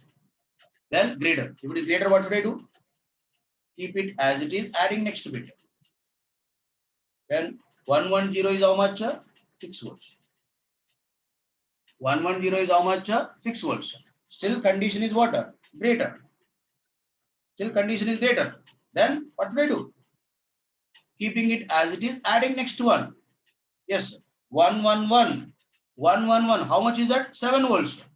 Then condition is what? Lesser. 6.4 volts is lesser than 7 volts. If it is lesser, what should I do? Remove recently added one. Recently added one is LSB. Remove that. Add next. Nothing is there to add. Nothing is there to add. Right? Remove recently added one. Removing recently added one. Right? Nothing is there to add. So that's what we need to take attention. Last one is also important. People are stopping here. 6.4 volts. We are expecting 110. Yes, sir. After getting 111, as it is observed, it is lesser. Removing recently added one. Removing recently added one. Very good. Some of you are doing correctly. Yes. Yes. Yes. Yes. Yes. 100% correct.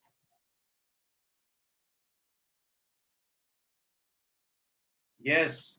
Yes, Dinesh. Yes. Venkat Brahmareddy, please wait. A to D means wherever it is required to use analog digital converter, there we use analog digital. But which concept we are using internally doesn't matter here. So people have been asking that where can we use specially this? No. This is internal process of converting. So based on this, we don't have any specific application. Analog digital converter means analog digital converter only. Wherever it is required to convert analog sample to digital, there we use that any type of converter. But the process we are using in converting is different in different converters. Internal process is different. There is no specific application because of this internal process. Right.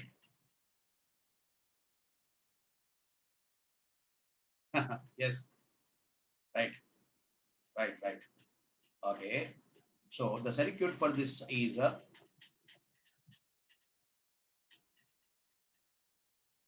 circuit for this is a simple circuit.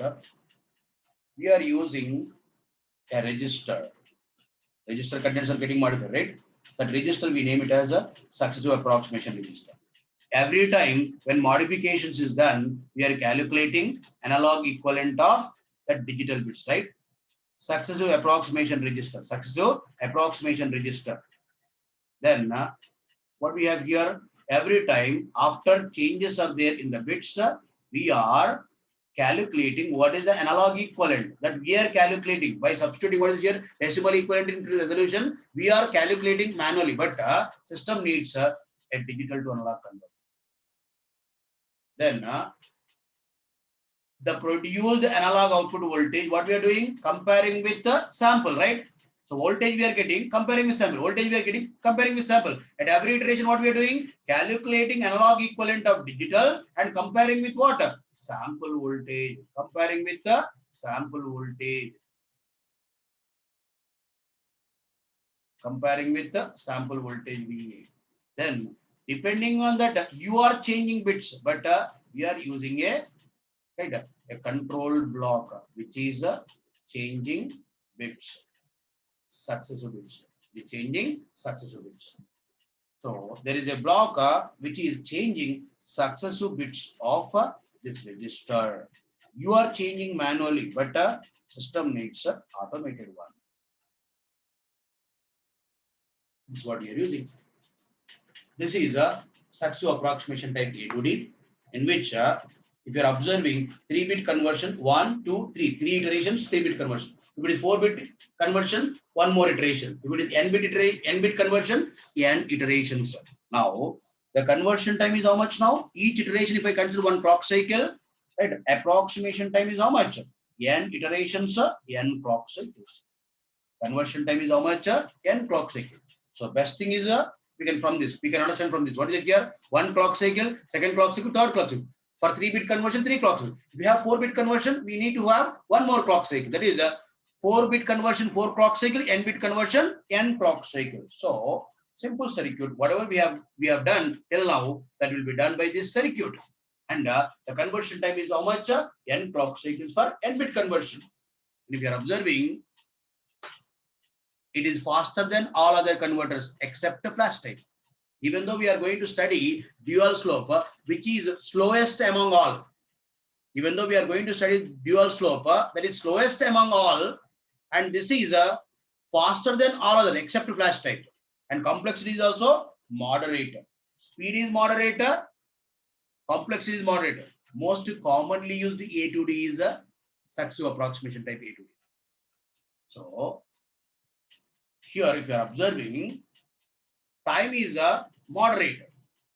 It is a lesser than all other except flash type. Flash type is fastest, but it is not useful because of its complexity. But here, complexity is moderate, speed is moderate. This is useful in real applications. Most commonly used A to D is a successive approximation type because of its complexity, because of its speed. Speed is more than all other except flash type, and complexity is moderate. So this is preferable in real applications because of its complexity and speed. So it is faster than all other except flash. Yes.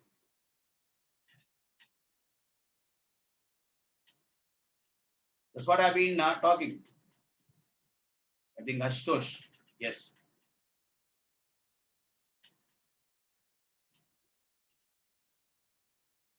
Yes. Yes, Nagalingeshwara. That's what I said. Only in counter type A to D, it is approximating next level. Right?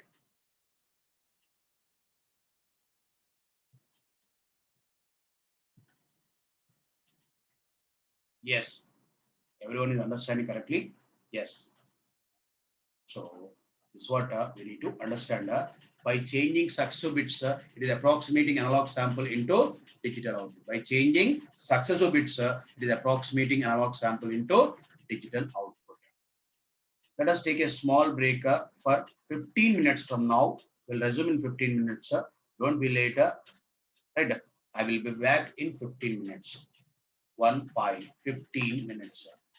So let us take a small break, then we'll continue.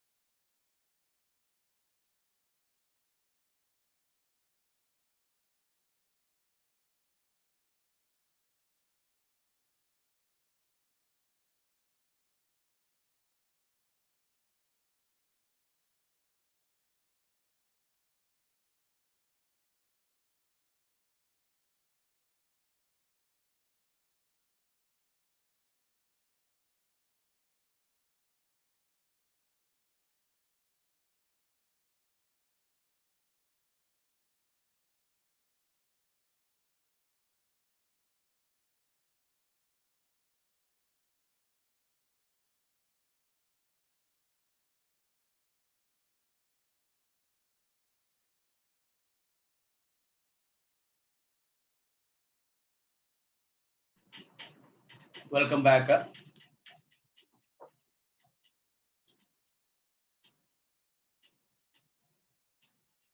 Arpita Anand, yes, they will be specifying number of bits.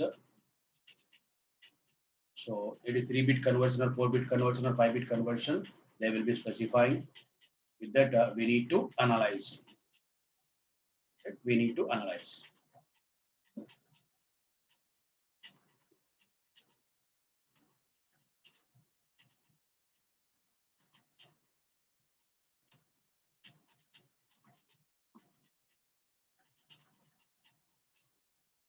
Right, one more converter is a dual slope type A to D.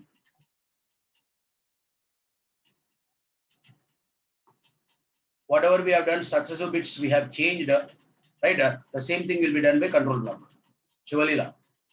It is changing successive bits, adding, removing all these, whatever we have done, that will be done by control block.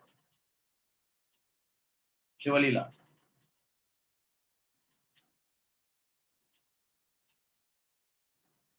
Right?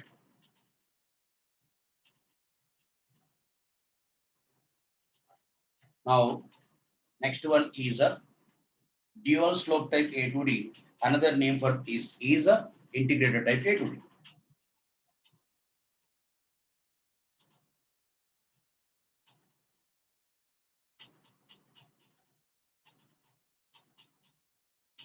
So integrated type A. First of all, let us understand what is integrator. So let us understand integrator. Low pass filter, which is integrator using op amp. The integrator circuit is this. Everyone might be knowing this. Low pass filter, which is integrator using op amp. This is circuit.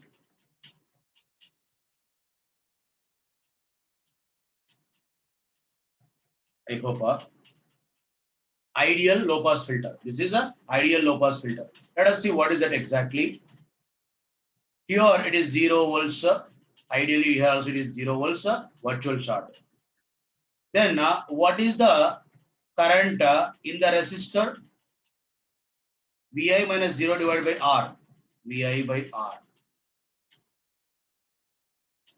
Vi minus 0 divided by R. Vi by R. So if current is Vi by R, what is the current to the op amp? 0. So current through capacitor will be Vi by R. Any doubt in that? So current to the op amp will be 0, assuming op amp is ideal. Current to the op amp will be 0. Whatever the current we are getting here will be flowing through capacitor. Then what is the output voltage? What is the output voltage?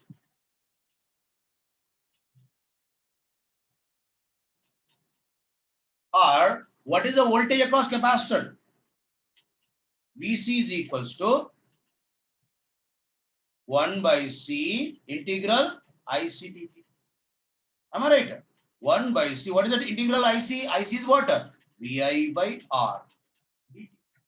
Then 1 by RC integral Vi dt. What is this? Vc. Am I right? What is output voltage? Minus Vc. What is here? Minus 1 by tau integral Vi dt. RC is what? Tau, time constant. So output is integral of input. Output is integral of input. V output equals to minus 1 by tau integral Vi dt. Output is integral of input. So it is named as a integrator. Ideal low pass filter. Ideal low pass filter, which is integrator. Yes, Sahil Singh. Right. So now if I substitute, what is it here? 1 by tau minus 1 by tau. What is it here? If I say analog sample we are applying is a constant with respect to time. If I say that analog sample Vi, assuming that Vi is analog sample, once it is sampled, assuming it is not varying, then what we can say? Vi is constant minus Vi integral 1 dt.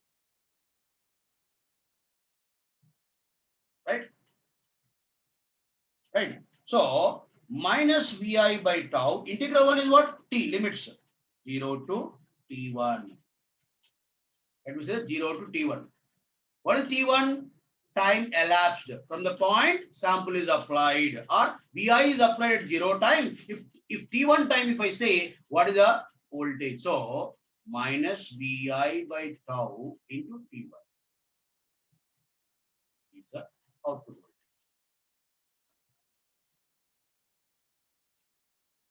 Anyone has any questions? What is it here? Integral 1. Assuming Vi is constant, assuming sample voltage is constant, is not varying with respect to time. If I take out that integral 1 dt, what is integral 1? T, limits are 0 to T1. 0 to T1. Assuming T1 is time where we are checking that output voltage. From the point Vi is applied. From the point Vi is applied, where we are calculating that output voltage, that is T1 time. So minus Vi by tau into T1. Tau is a time constant, is positive constant. T1 is time elapsed from the point it is applied, is also positive. So these two are positive constants. Then Vi polarity is deciding what is the output polarity. If Vi is positive, listen carefully. If Vi is positive, output potential is negative. When Vi is negative, output potential is positive. Am I right? Listen carefully. If Vi is positive, the entire term is becoming now negative because minus Vi by tau into T1. Tau is a time constant, positive constant. T1 is time elapsed, is also positive. So output voltage is minus Vi by tau into T1 means Vi polarity is deciding what will be the polarity of output voltage. So Vi is positive. When all these are positive, it becomes negative voltage. When Vi is negative, then it becomes positive. Right? When Vi is positive, output potential is negative. When Vi is negative, output potential is positive. Output potential is positive. Right. So T1 is time elapsed from the point input applied. So the T1 is time where we are calculating output voltage from the point input sample is applied or Vi is applied. T1 is time elapsed, or T1 is point of time where we are calculating output voltage from the point Vi is applied. We assuming Vi is applied at 0 time, and at T1 time we want to see what is output voltage. 0 time we are applying Vi, at T1 time we are calculating output voltage. Minus Vi by tau into T, limits 0 to T1. If I substitute limits, we are getting this.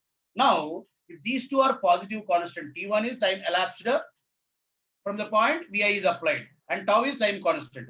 When these two are positive constants and Vi is positive, this is negative entire term. If Vi is negative, this becomes a positive. Now, listen carefully.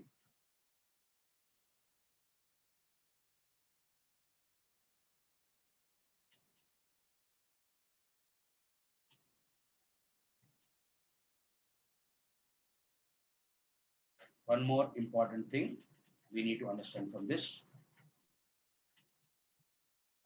Right. This is a circuit. Now, if Vi is positive, once again, right, let us understand. If Vi is positive, what will be the output potential? Negative. Vi is positive, output potential is negative. When Vi is negative, output potential is positive. Once again, I am repeating. If Vi is positive, output potential is negative. Ranjita, right? The time T1 is where we are calculating output voltage from the point Vi is applied. Assuming Vi is applied at 0 time. And in T1 time, what is the output voltage we are calculating? See, assuming at 0 time, we are applying Vi in this circuit. At T1 time, we are calculating output voltage. 0 to T1 limits. 0 time we have applied and T1 time we are calculating output voltage. Ranjita. Anyone has any doubt? What about the T1? Is it clear now? Dinesh and Ranjita? Right? At 0 time, we are applying input. At T1 time, we are calculating output voltage. Thank you. Thank you. Right. Now, listen carefully. Vi is positive, output potential is negative. Vi is negative, output potential is positive, according to this, right? So, when Vi is positive, it is charging, output potential is negative. Suddenly, input potential changes from positive to negative. Listen carefully. When Vi is applied positive, it is charging. Capacitor is charging in this direction. It is charging in this direction. Then V output becomes negative. Suddenly, input potential changes from positive to negative. What will be the output potential? When input potential is changed from positive to negative, suddenly, what will be the output potential? Can it become positive instantaneously? No, because capacitor is not allowing sudden voltage changes across it. So when it was positive, it was negative. Even though it is changed from positive to negative instantaneously, then it started discharging. It started discharging, but the discharging cannot be completed in zero time because capacitor is not allowing sudden voltage changes. Capacitor is not allowing sudden voltage changes. That is the reason it started discharging. Until discharging is completed, it will be negative only. Once discharging is completed, then it started charging in opposite direction. There it becomes a positive. Try to understand situation correctly. This is the only concept which will help us in understanding dual slope type A to D. Understand correctly. When we are applying positive, it is becoming negative. Suddenly input is changed from positive to negative. Then capacitor started discharging, but output potential is not becoming positive. Output potential still negative only. Output potential still negative only. Now it started discharging. Once discharging is completed, then it started charging in opposite direction.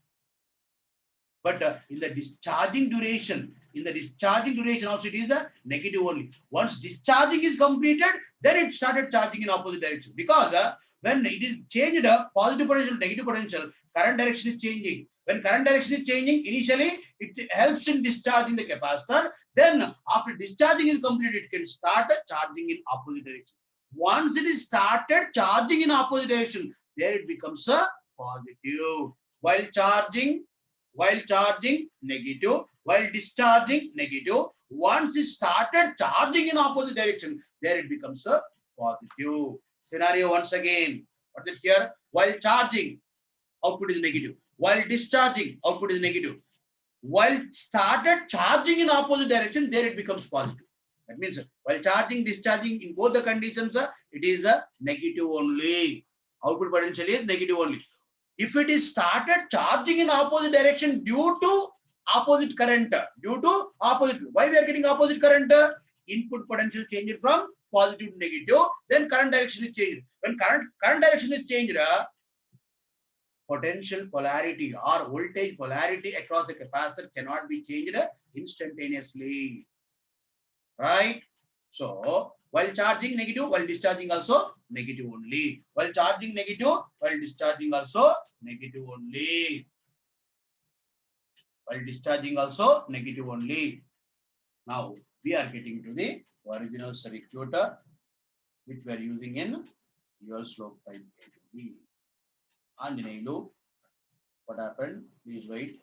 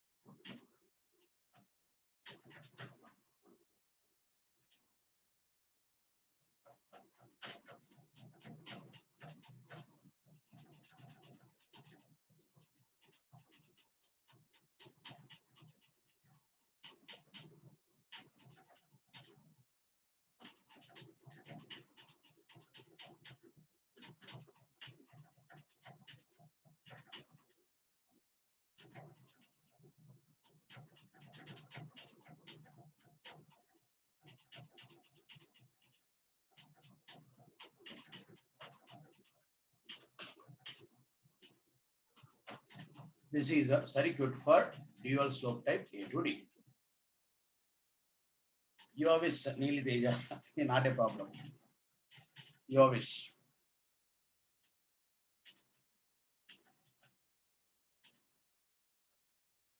Right. So what happens here? Let us see. In this, what is going to happen? Let us see.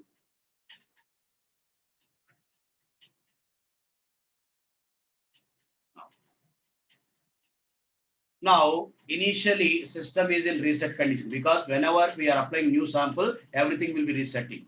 Everything will be resetting. So everything is resetting. Everything. What is the voltages and what is the counter sequence? Everything will be resetting. Now we are applying VA. When we are applying here VA, what will be here? Negative. When this is positive, it will be negative. When it is negative, what is comparator output? 1. Why? It is 0, it is negative. 0 is greater than negative. Comparator. Non-inverting and inverting. So non-inverting is at 0, but inverting is getting negative means then this 0 is greater than negative. Comparator output is 1. Indicator output clock. Counter started incrementing from all zeros. Counter started incrementing from all zeros. Now, here still it is getting clock cycle because it is negative only, it is 1 only, it is getting clock cycle, it is incrementing. So once it is getting all ones, once it is getting all ones, control block is changing switch position from VA to minus VR. So this control block is waiting for all one state on the counter. So because of this positive, because of this negative, because of this one, indicator is passing clock cycles, counter is getting clock cycle, counter is incrementing. How much time this control block is waiting? Until it is seen all one. Once all ones is seen, control block is changing switch position from VA to minus VR. What is that here? Instead of applying positive potential, we are applying negative potential. We are applying negative potential. When you are applying negative potential, are we getting positive here? No. We know that until discharging is completed, it will be negative only. Once discharging is completed, if it started charging in opposite direction, there it becomes 0 plus, which is positive. Right? Even though switch position change from VA to minus VR, it is not becoming positive instantaneously. Once again, what is it here? Initially, switch position is at VA, it is negative. Comparator output is 1, indicator output is clock. As counter is getting clock cycle, counter started incrementing from all zeros to all ones. The control block is changing switch position from VA to minus VR when it is getting all ones. So now what happens here? Capacitor started discharging, but it cannot become positive. So meanwhile, in one more clock cycle, what happens, sir? In the next clock cycle, still it is getting clock cycle because still it is negative only, still it is 1 only, still we are getting clock cycle. So in next clock cycle, what happens here? All ones is becoming all zeros. Then capacitor started discharging because of switch position change. Capacitor started discharging, but still it is negative only. Still we are getting 1 only. Still we are getting clock cycles. That means again it started incrementing from all zeros. Again it started incrementing from all zeros. How much time? Until discharging is complete. Until discharging is complete. Let us say here it is incrementing to some extent.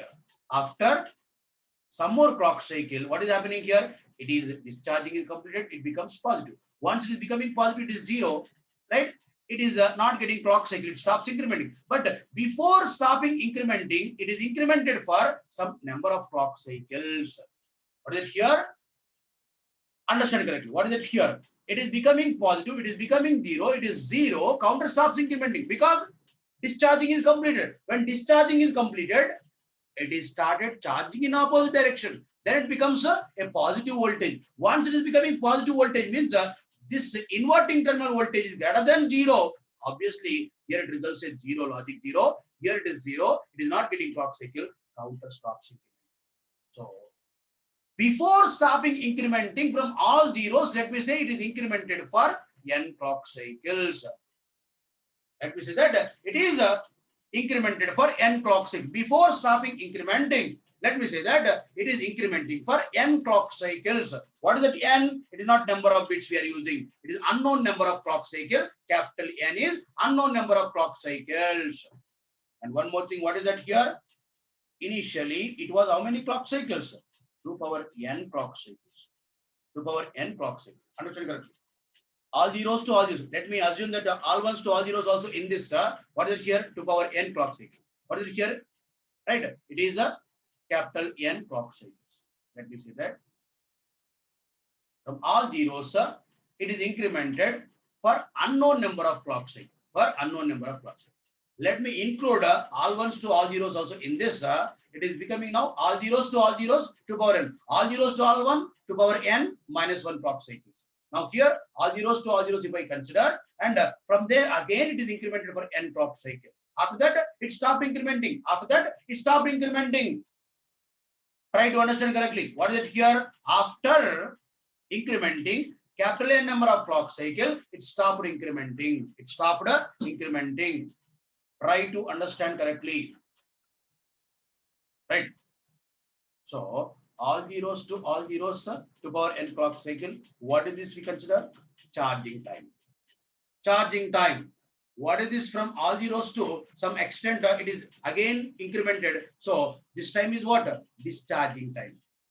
First charging, and after some number of clocks, 2 power n clock cycle, now again it started discharging. It started discharging. Discharging time is how much? Wherever it is stopping, there we can say that discharging is completed. Wherever counter is stopping, there we can say discharging is completed. Discharging is completed. What is it here? Initially charging. For how much time? If I include this also in this 2 power n clock cycle.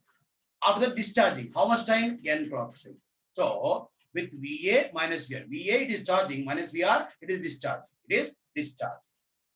It is discharge. Then let us see what can be the output voltage on integrator output. So negatively increasing first, right? Let me say that at T1 time, we are changing switch position from VA to minus VR. Then it started discharging. Then it started discharging. Then it started discharging. Let me say at T2 time discharging is completed. After that, what will be their output voltage? Positive, right? That's what we need to understand. Output voltage of integrator negatively increasing at T1 due to changes in the switch positions. Now it started discharging. So at T2 time, let me say discharging is completed. Then output voltage becomes a positive. Output voltage becomes a positive. Let us understand correctly. So output voltage I'm analyzing. Now initially what is it here? Negatively increasing. Right.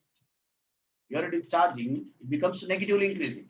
After T1 time, if I change switch position from VA to minus VR, then it started discharging. After this point, again it starts charging in opposite direction. That means output becomes positive, integrator output. I'm not interested in this. Now, what is the output voltage on integrator output here? What is the output voltage of integrator at this point of time?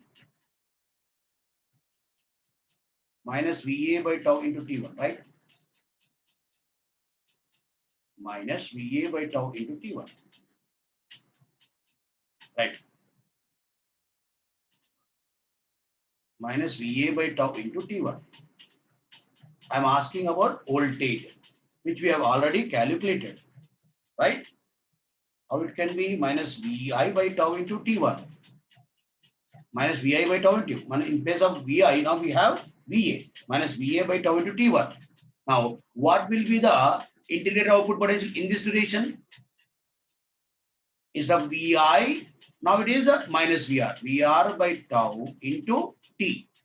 In this duration, discharging time, it is T. It is not T, it is T minus T1. Why?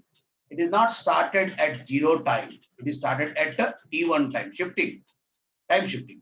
And at that T1 time, initial value is not 0. Initial value is how much? Minus VA by tau into T1. What is it here? We need to consider initial value also. So minus VA by tau into T1 plus VR by tau into T minus T1. Actually, from the formula, VR by tau into T in this, but it is not started at 0 time. So as it is shifted to T1 time, T minus T1. What is it here? Horizontal shifting. Again, as initial value, if you need to consider vertical shifting, that minus VA by tau into T1 plus VR by tau into T minus T1. Simple thing. If it is started here, VR by tau into T. If it is started like this, right? VR by tau into t. That is shifted to this point first. That is t minus t1. That is shifted again vertically, considering initial value. That you are going to study in your most of the subjects. Networks, controls, signals, everywhere you are going to study that. Horizontal shifting, vertical shifting, the waveform. Right? Anyone has any doubt? Yes. Yes. Any doubts how I'm writing this one? From the equation, VR by tau into t is the equation, but it is not started at 0 time. So t minus t1 because it is started at t1 time. As initial value is not 0, initial value is considered. That's it. V output of t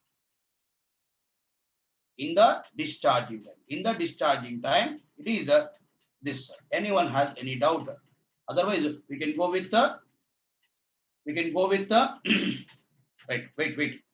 Wait, Manisha, please wait. At T2, what we are saying that discharging is completed. At T2, what we are saying that discharging is complete. Then onwards, it becomes a positive. That means V output of T is equals to minus VA by tau into T1 plus VR by tau into T minus T1. At T equals to T2, what is the V output of T? 0, right? Here it is 0. Let me substitute. 0 is equals to minus VA by tau into T1 plus VR by tau into T2 minus T1. Right? I'm substituting T equals T2 because at T2 output voltage becomes 0. Then VA by tau into T1 is equals to VR by tau into T2 minus T1. So tau gets cancelled. Now VA into T1 is equals to VR into T2 minus T1. What is T1 time? Integration time or charging time. VR T2 minus T1 is how much? Discharging time or de-integration time. What is here? De-integration time. So TI is a charging time or integration time. So TD is a discharging time or de-integration time. Once again, what we are getting here, simply substituting at T equals T2, output voltage is 0. Then we are getting that VA by tau into T1 is equals to VR by tau into T2 minus T1. So if I cancel this tau, VA into T1 is equals to VR into T2 minus. What is T1 time? Charging time or integration time. What is T2 minus T1 time? Discharging time or de-integration time. That's what we are writing. So according to the discussions, what is charging time? 2 power n clock cycle. What is discharging time? N clock cycles. Understand correctly? What is charging time? 2 power n clock cycle. What is discharging time? It is unknown. It is unknown. Let me substitute that. What is it here? VA into TI is equals to VR into TD. VA 2 power n clock cycle is integration or charging time. VR de-integration is n clock cycle. This gets cancelled. VA equals to VR by 2 power n into n.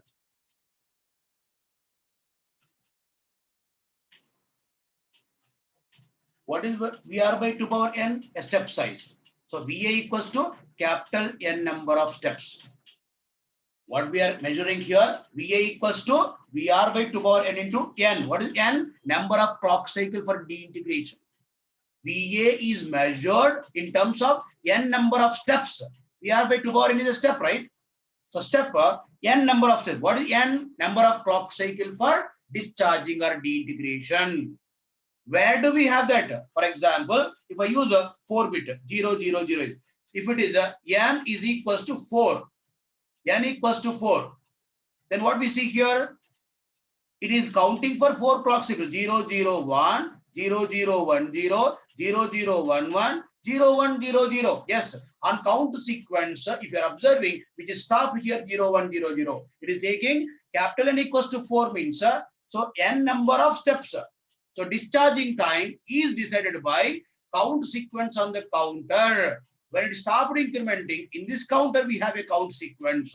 So after incrementing n clock cycle, we have a count sequence and counter. That count sequence is saying that what is the number of clock cycles required for deintegration. So VA equals to n steps or VA equals to count sequence and counter. A simple way is VA is equals to binary vector, which is this, right? Binary or digital equivalent of this analog sample. So VA equals to n number of steps. Instead of that, VA equals to the count sequence on the counter. N steps is equals to count sequence on the counter. Where do we have that? When it stopped incrementing, when counter is stopped incrementing, count sequence on counter is saying that what is the number of clock cycles required for deintegration or discharging. The number of clock cycles required for deintegration or discharging is a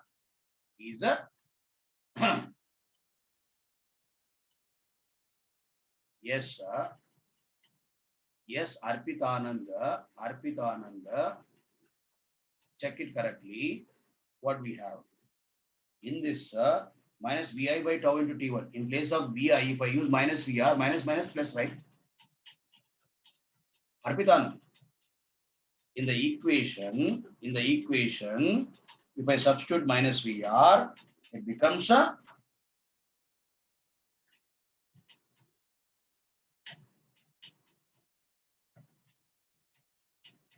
Yugastri TDT. I'm not understanding what is it. What I cancelled here is just check it. TCLK, it is not TD. Clock cycles to power n clock cycles. TCLK, it is not TD. Please, it is a number of clock cycles. TCLK. Here also it is TCLK. Here also it is TCLK. Yugastri. Then this entire is getting cancelled. What is TCLK? Clock period. TCLK is clock period.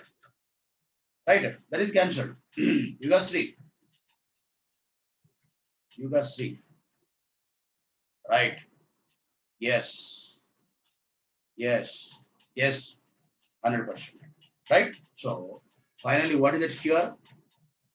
Whatever the count sequence on counter is the approximate digital output for analog sample. That's it. Now, what is the conversion time? One is charging time, other one is discharging time. What is charging time? To power n clock cycles. Again, discharging time is depending on analog sample. So again, it can go maximum all ones, right? All zeros to power n clock cycle. All zeros to all ones to power n minus 1 clock cycle. TCLK. So finally, what is it here? Approximation time or conversion time is to power n plus 1 minus 1 clock cycles.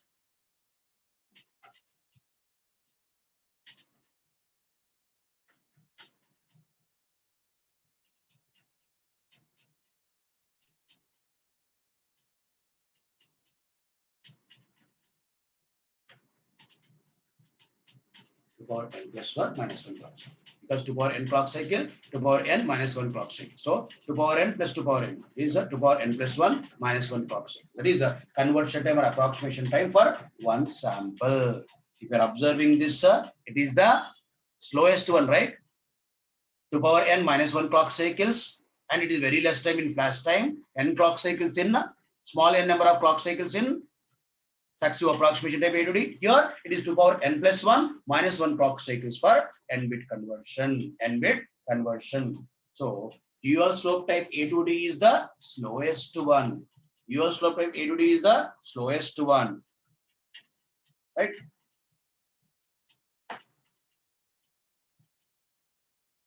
Ujjwal, already we discussed in counter type. All zeros to all ones, how many clock cycles? To power n minus 1 clock cycle. All zeros to all zeros to power n clock cycle. All zeros to all one, just one less than that, right? From all ones again next will be all zeros, but here all ones is sufficient. So all zeros to all ones is to power n minus 1 clock cycle. All zeros to all zeros is to power n clock cycle. Ujjwal, are you there? Yes.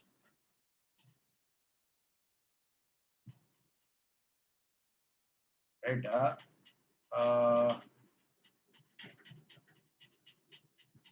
Kumar, same as where is that n clock cycles? That n is unknown. That is capital N we are using, that is unknown. That depends on again sample voltage, because discharging time is depending on what voltage we have here. So for that, that is VA is deciding. VA is deciding what is n clock cycle. It is unknown. It is unknown. I have considered an example here in this. Why I have considered 4 is simply an example. In the discharging, if it is taking 4 clock cycle. So that's what.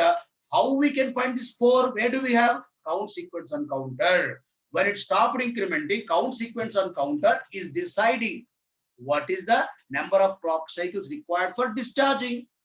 That is deciding what is the strength of analog voltage. Because this step, n steps. So what is n number of clock cycles for discharging? Where do we have that count sequence and counter? Because from all zeros, again it started discharging. So discharging, it is counting. Again it is incrementing, right, in discharging also.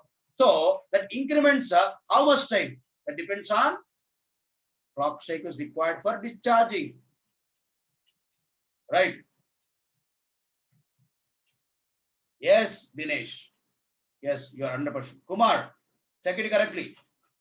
See, the only thing is, here it is, charging time is what? All zeros to all zeros to power n clock cycle.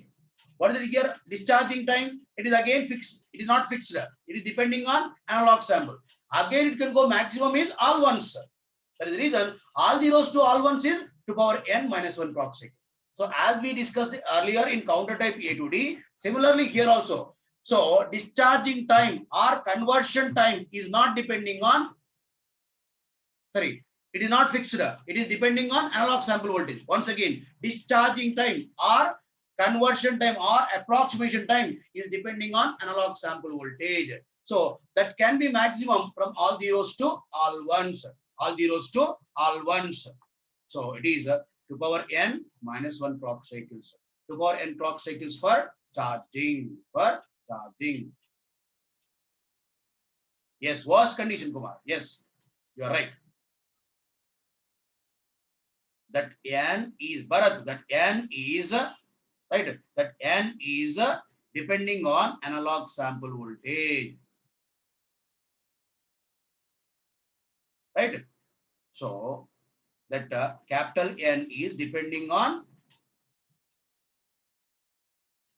Yes, worst కదా తీసుకోవాల్సింది ద్వారకానంద Reddy.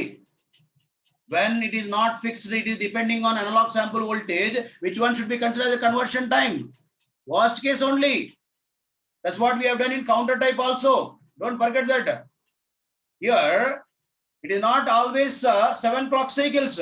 Maximum can be 7 clock cycles. That is the worst case conversion time. That is the approximation time or conversion time. When conversion time is not fixed, conversion time is varying with respect to sample voltage, then we go with the worst case conversion time is the approximation time for sample. Right? Dwarakanand Reddy. Right? Right. Thank you for understanding. Right. Okay. Okay. So if you are observing this conversion time, it is the largest one so far we have discussed, right? It is the slowest A to D. It is the slowest A to D. But the accuracy is more and also capable of rejecting power fluctuations. What do you mean by this? If there are any fluctuations in the power, that cannot reflect immediately in the output voltage because capacitor is not allowing sudden voltage changes. If there are fluctuations, that fluctuations cannot affect immediately the output voltage and digital output. So it can be eliminated at fluctuations. It is harm to fluctuations. It is harm to fluctuations. Understand point correctly once again? It is the slowest A to D. Conversion time is depending on analog sample voltage, and maximum conversion time is 2 power n plus 1 minus 1 clock cycles for n bit conversion. For n bit conversion, and the accuracy is more, and also it is capable of rejecting power fluctuation. That we can say here hum to fluctuation. It is a hum to fluctuations. So whenever it is required to get a Ashish, what happened? Yes, you can consider this one clock cycle. See, this one clock cycle, can be considered either in this or in this, not a problem. If you're considering here, it becomes 2 power n clock cycle. Here it becomes a 2 power n minus 1 clock cycle. All zeros to all zeros, how many clock cycle? 0, 0, for example, 2 bits, 0, 0 to 0, 1, 1, 0, 1, 1, again back to 0, 0. How many clock cycle? 4 clock cycle, right? That is 2 power 2. If it is 3 bit, 8 clock cycle from all zeros to all zeros. That is 2 power 3, 3 bit. If it is n bit, 2 power n clock cycle. Why are you getting Ashish? Ashish, all zeros to all zeros, right? Then how many clock cycles? 2 power n clock cycles only. For 2 bit, 4 clock cycles. For 3 bit, 8 clock cycles. For n bit, 2 power n clock cycles. Ashish, you wish, not a problem, right? Yes. Understood now? All zeros to all zeros, how it is 2 power n clock cycles. Ashish, right? Thank you, thank you, right? So finally, what is it here? It is slowest, but accuracy is more capable of rejecting power fluctuations, or it is hum to fluctuations. So it is used in DVM, digital voltmeter. Electrical students and ESC students are going to study this DVM in electronic measurements. Electrical students and instrumentation students, as well as all the ESC students are going to study this in electronic measurements. Except gate EC people may not be coming across this DVM, 3.5 DVM. People are going to study in electronic measurements. So there we need more accuracy, as well as even though it is taking more time, not a problem. Not a problem. So in the lab equipment, if you are observing, you might have observed that voltmeter.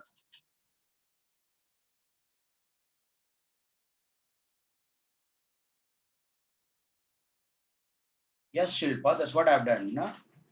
All zeros to all zeros, if I consider 2 power n clock cycle, all zeros to all ones is how much? 2 power n minus 1 clock cycles. Shilpa. Yes, digital voltmeter, DVM, 3.5 DVM. What is 3.5 also? You are going to study. Hold on. In electronic measurements. So here, so even though there are fluctuations, you should not be varying that much easily. That is the reason this we are using in the laboratory or lab equipment, DVM, digital voltmeter. You might have used in your laboratory, electronics laboratory.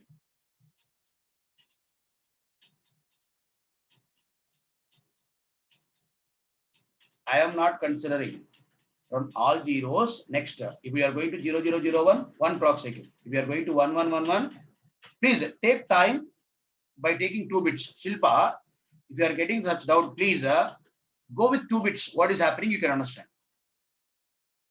I'm not considering all zeros again. All zeros to all ones. 2 zeros to 2 ones. How many clock cycles? 0, 0 to 0, 1, 1 clock cycle. 0, 1 to 1, 0, 2 clock cycle. 0, 1 to 1, 1, 3 clock cycle. What is 3 clock cycle? 2 power 2 minus 1, right? All zeros to all ones. I'm not considering all zeros again. All zeros to all ones. Shilpa. It is not like digital voltmeter. It is digital voltmeter only, DVM only. Actually, we study in electronic measurements also. I can say that you are going to study in depth there, but I wanted to give right what I can. Right? Let me give that information. So what is it here? It can be used in DVM, digital voltmeter. Digital voltmeter. Right? One concept is remaining in this converter. So let me complete that also. Let me complete that also.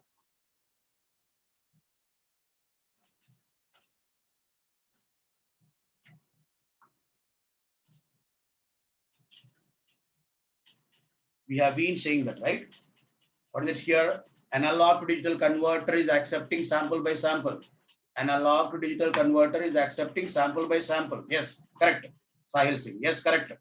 So analog to digital converters are accepting sample by sample. But who is providing that sample? A sample and hold circuit. So it is a sample and hold circuit.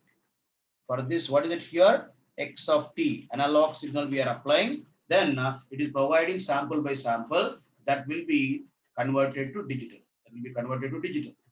Sample and hold circuit is sampling pure analog signal, is providing sample by sample, is providing sample by sample, is providing sample by sample. So each sample will be converted to digital. So analog to digital converter is accepting the sample by sample, but who is providing that sample? A sample and hold circuit is providing sample by sample. What is its duty? From analog signal, from pure analog signal, it is extracting analog signal amplitude at discrete time instance and applying to analog digital converter. Try to understand correctly. What is it here? Sample and hold circuit duty is what? It is accepting a pure analog signal as input and that is sampled at discrete time instances and that sample must be held constant until conversion is completed. So sampled, but the sample voltage must be kept constant until conversion is going on or until conversion is completed. I need to keep that voltage constant. So sampled voltage, sampled, the signal is available. The signal must be converted to digital. The sample must be converted to digital until conversion is completed. This sample and hold circuit must keep that voltage constant. That's what we are expecting, which is sample and hold circuit. So sample and hold circuit is providing sample by sample to convert from analog to digital. Yes. So it is accepting discrete signal only. So to discretize the pure analog signal, we are using sample and hold circuit. We are using sample and hold circuit. This sample and hold circuit duty is it is sampling analog sample and it is kept constant until conversion is completed. What can be the circuit? Let us see. What can be the circuit? Let us see. See, a simple circuit.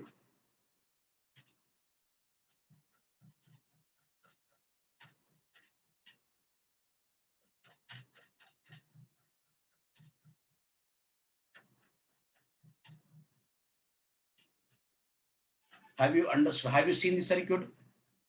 Voltage follower or buffer. What is it? Whatever we are applying here voltage, that will be the output voltage. I hope you might be knowing this buffer.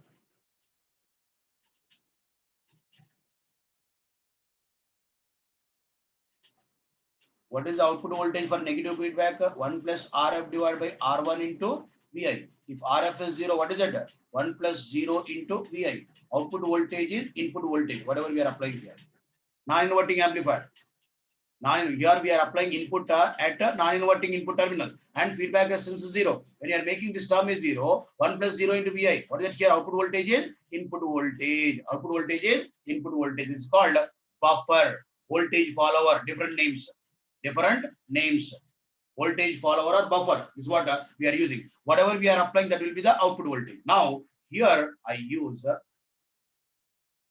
switch. Then I need to apply here VA of t, analog signal, right? Pure analog signal, pure analog signal. Then I do here a switching operation. Switch is on, capacitor is charging to applied potential. If switch is off, there is no path for discharging, right? When switch is off, assuming switch is ideal, op-amp is ideal, is there any possibility for discharging? No. Then the voltage across capacitor will be held constant. Please understand correctly. When switch is on, capacitor is charging to applied potential at that instant of time. Once switch is off, is there any possibility for discharging? No. That means voltage across capacitor is constant. That means voltage here is constant. Here also constant. Because whatever we are getting here, that will be the output voltage. That Then what is happening here? Simple circuit. When switch is on, capacitor is updating with the applied voltage. When switch is off, whatever is there in the capacitor will be remaining same until conversion will be completed. So here output is what? A to D. Input of A to D. Try to understand correctly. What we are applying here, sample by sample. How we are applying that sample? Switching, sampling. Switch is open, then it is holding. Why? When switch is off, assuming op-amp is ideal, switch is ideal, there is no path for discharging this capacitor. That means voltage here will be constant. Here is constant, means here is constant. That means sample is held for conversion. A simple thing. Very simple concept. What is it here? Switch is on, sampling the signal. What do you mean by this, sir? See, analog signal must be sampled.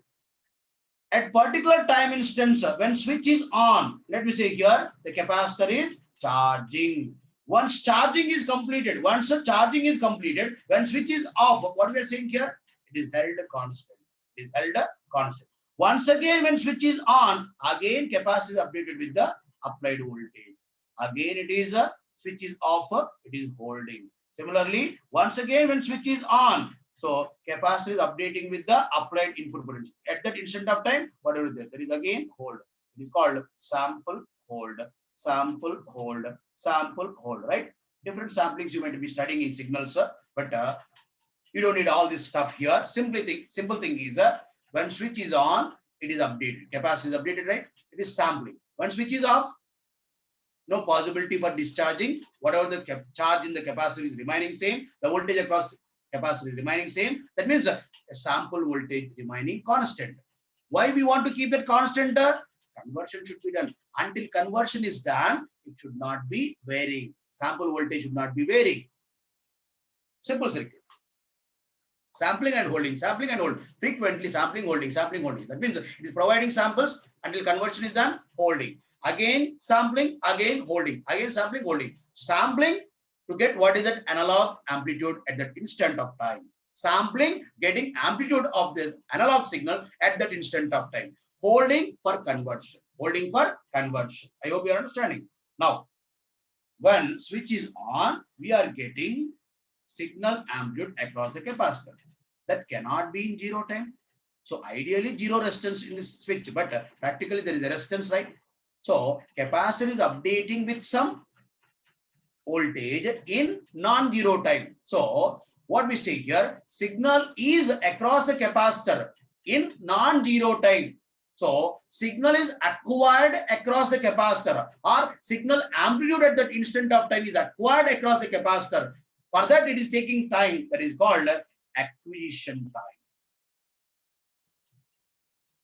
What is it here? Acquisition time is decided by on resistance of switch and capacitance. Understand correctly? So acquisition time is nothing but time required to update the signal across the capacitor, or time required to update the signal across the capacitor, or acquiring the signal across the capacitor. It is taking time. That is called acquisition time. That is called acquisition time.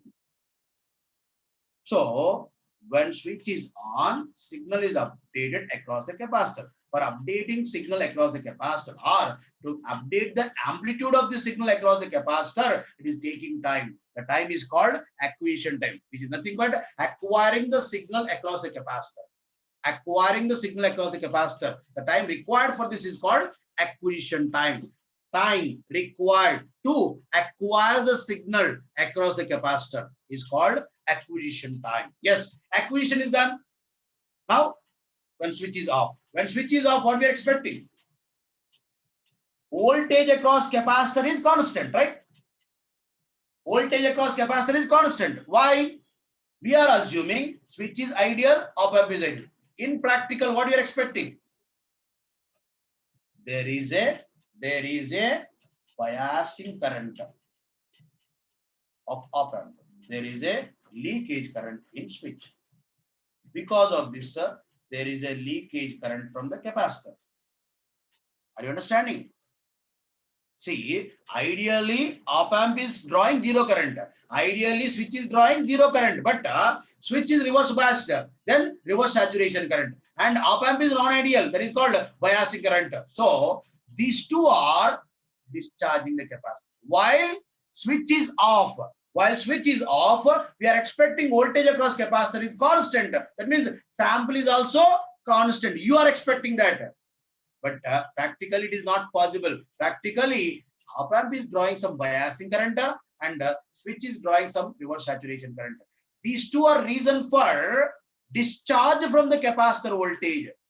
So that rate of change of voltage across capacitor in the whole duration, rate of change of voltage across capacitor, dVc by dt, change in the voltage with respect to time. So dVc by dt, voltage across capacitor, dVc by dt in the whole duration. In the whole duration, this must be zero ideally. This must be zero ideally, because the change should not be there ideally, because and this is zero. Then when these two are zero, there won't be any discharge from the capacitor. Then obviously the dVc by dt will be zero ideally. But practically, because of these practical aspects, reverse saturation current of switch, biasing current of op amp are drawing current from the capacitor. That rate of change of voltage across capacitor in the whole duration is called drop rate. Not drop rate, it is a droop rate. Droop rate.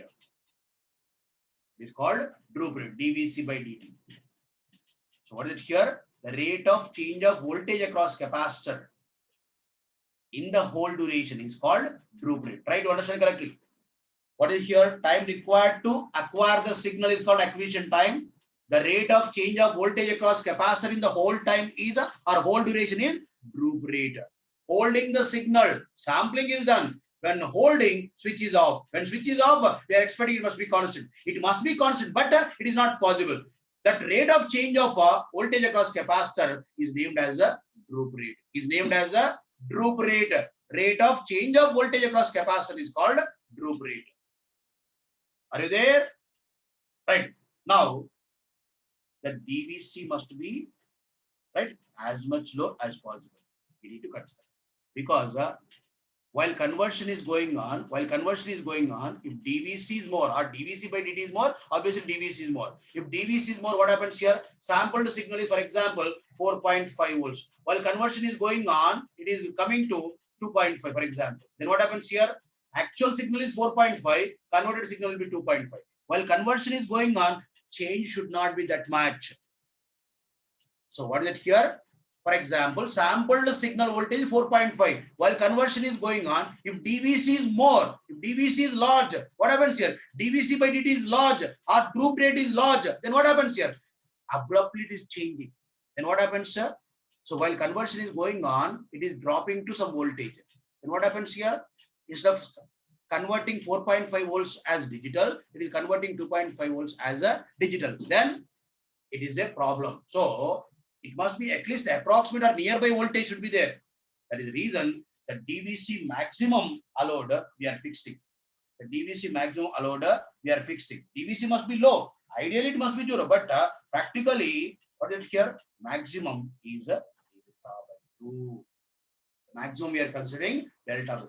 The change in the voltage across capacitor or change in the sample voltage while conversion is going on is accepted delta by 2. That standards we have been following.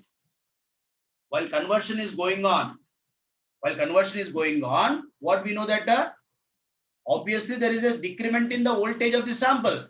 But how much it is allowed while conversion is going? In the entire conversion time, it is acceptable delta by 2 only. It cannot be more than that. For example, 4.5 volts is there. It can drop to 4 volts, accepting. But if it is dropping below 4, then it cannot be accepted. That's what we are following here. dVc maximum is delta by 2. dVc maximum is delta by 2. So while conversion is going on in the hold time, so maximum dVc is acceptable is a delta by 2. Right? Simple thing is see.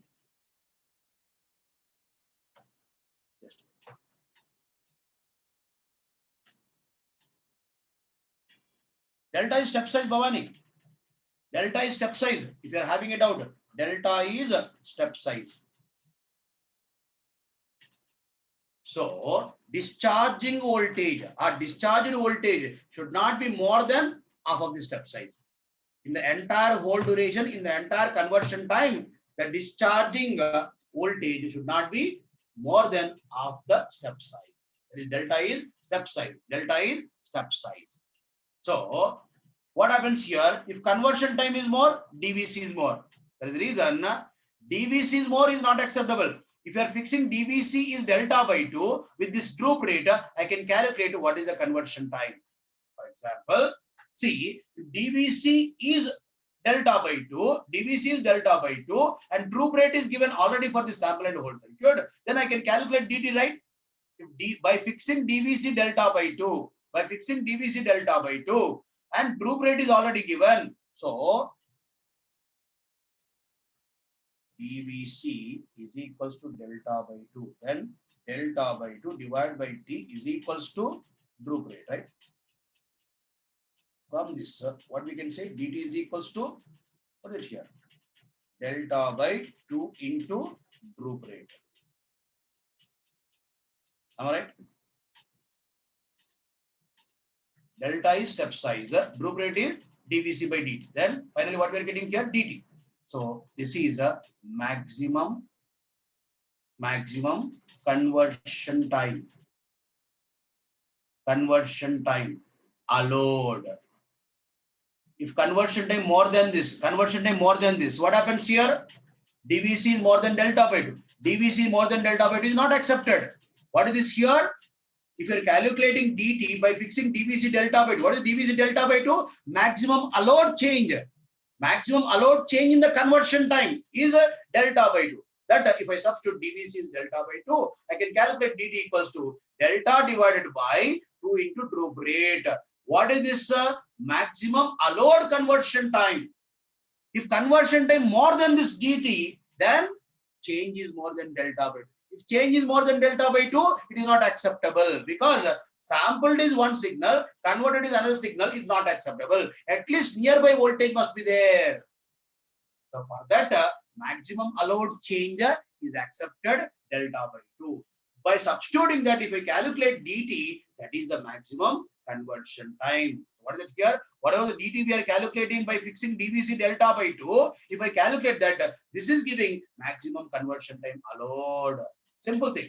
Delta is step size and droop rate will be given. Then we can substitute. We are getting maximum conversion time for one sample. We can have a refreshing circuit basket. We can have a refreshing circuit. For every sample, we can have a refreshing circuit. Additionally, we can add a refreshing circuit basket.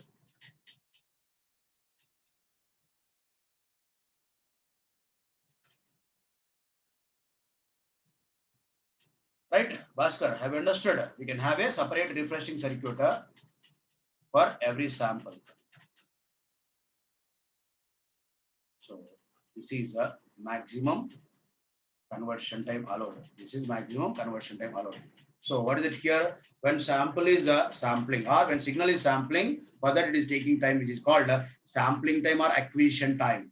Acquisition time. Once it is sampled, we are expecting that it must be held constant until conversion is done. For that, switch is off. When switch is off, we are expecting voltage across capacitor is constant. But practically, there will be a change due to non-idealities. What is non-idealities? Op amp is non-ideal, switch is non-ideal. These two are having some leakage currents. Because of this leakage currents, there is a leakage in the voltage across capacitor. That rate of change of voltage across capacitor in the hold time is called droop rate. So in that DVC maximum is acceptable is delta by 2. With that we are calculating what is the maximum allowed conversion time. With that we are calculating maximum allowed conversion time. With this we can calculate.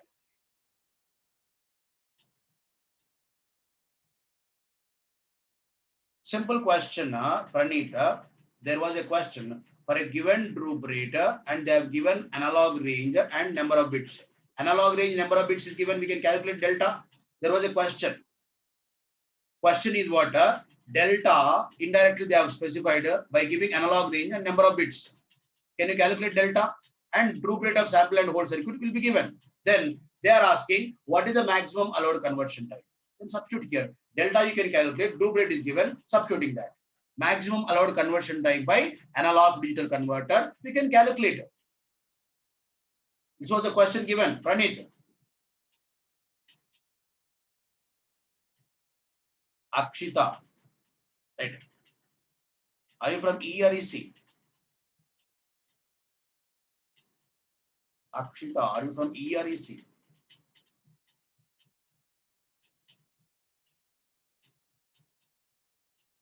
No response.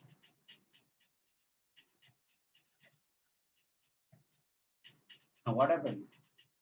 What is it? No. Are you from EE, electrical or EC? Then please wait. Right. So this is what we need to study and solve all the classroom practice questions of these converters. Right. I'm there to help you. Yes, they will mention. They have to mention A to D. Yes, Shivalila. Yes, they have to specify. Yes. So go through questions from converters also, classroom practice questions. Very simple questions they have given. Very easy questions. And first try. I'm there to help you. Shivam Mishra, already I have given my number, right? Shivam Mishra, I have given my number. Why are you asking again? Right.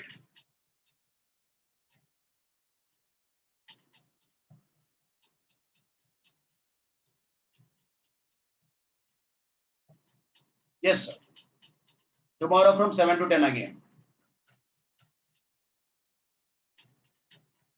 Are you new? Why? You are not there in the first class, sir?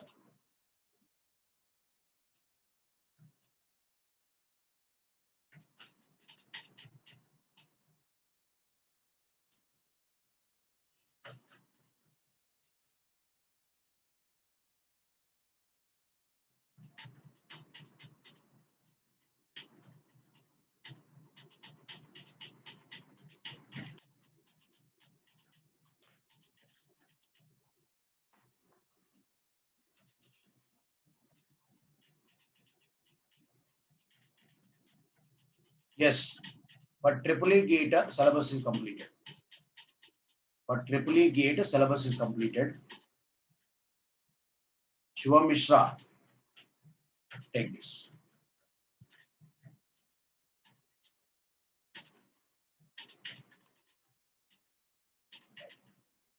So I'm expecting you to try this question, sir.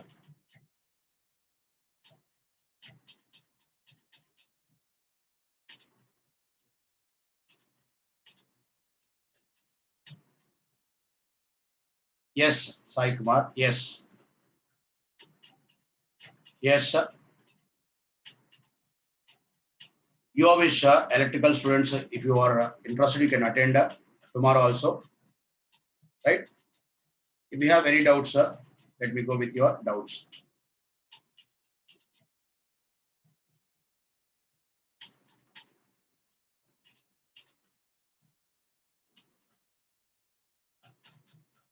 Please unmute and talk. Shamili.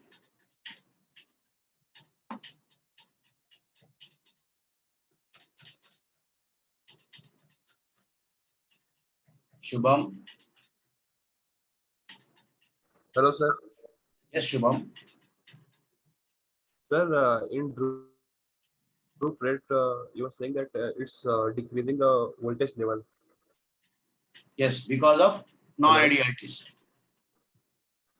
So, sir, during which part it's drooping, like Whole time, during the whole sampling time, part or during whole time? whole time, whole time. Whole time only. While sampling, anyway, it has to change. Right? While sampling, capacitor has to charge, right? But in the whole Yes, time, sir. we are expecting constant. The constant we are not able to see.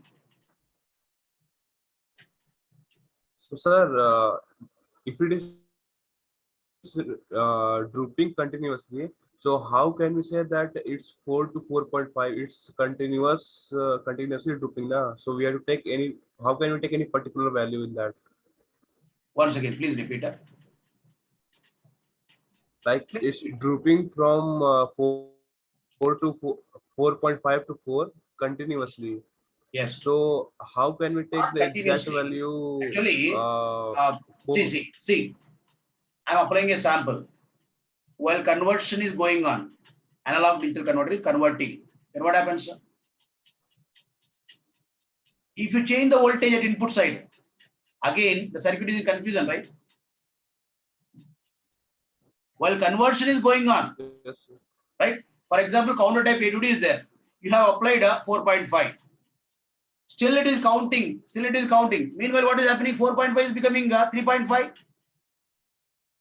In the next cycle, it has to be going to again, but there it stops, right? Understanding?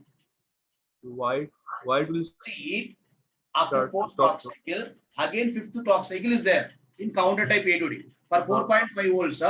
Now it is in fifth clock cycle, right? While it is coming to fifth clock cycle, the voltage dropped to 3.5. mm, There what happens? It is not going to fifth clock cycle because clock is getting disabled because 3.5, here we are getting 4 volts. Shubham, yes, sir. while conversion example, let me go with the right counter type A2D itself. Counter type A2D. In this, for example, you have applied 4.5, right? Yes, sir. It is completed till this. Mm, 1, 2, 3, 4. So four. meanwhile, what is happening? 4.5 is dropping, right? This sample, right? Yes, sir. The sample is Mm, dropping, right? After 4 clock cycle, what is it here? When it is coming for next clock cycle, what is it here? It must be 4 and above. By the time it is becoming below 4, here it is getting 4 volts, and here it is the 4.5, it is below 4. What happens? There itself it stops incrementing, right? Shubham, yes, sir. right? Yes, sir. So it is dropping below 4. What happens here? Next clock cycle it won't go. Am I right? If dropping rate is very much Yes, sir. high, right? It may be stopping at 010 itself. While conversion is going on, sample voltage must be held constant. What do you think that there is something which is already Yes, seeing then giving? It's not a switch like that. There is a circuit which is responding to applied. mm. Applied is varying is again a problem, right? Shubham, So, sir, VI have you is here understood my? hold amplitude continuously we are giving. Have you understood what I've been conveying here? Yes, sir. Yeah, Yes, sir. yeah. What is next doubt?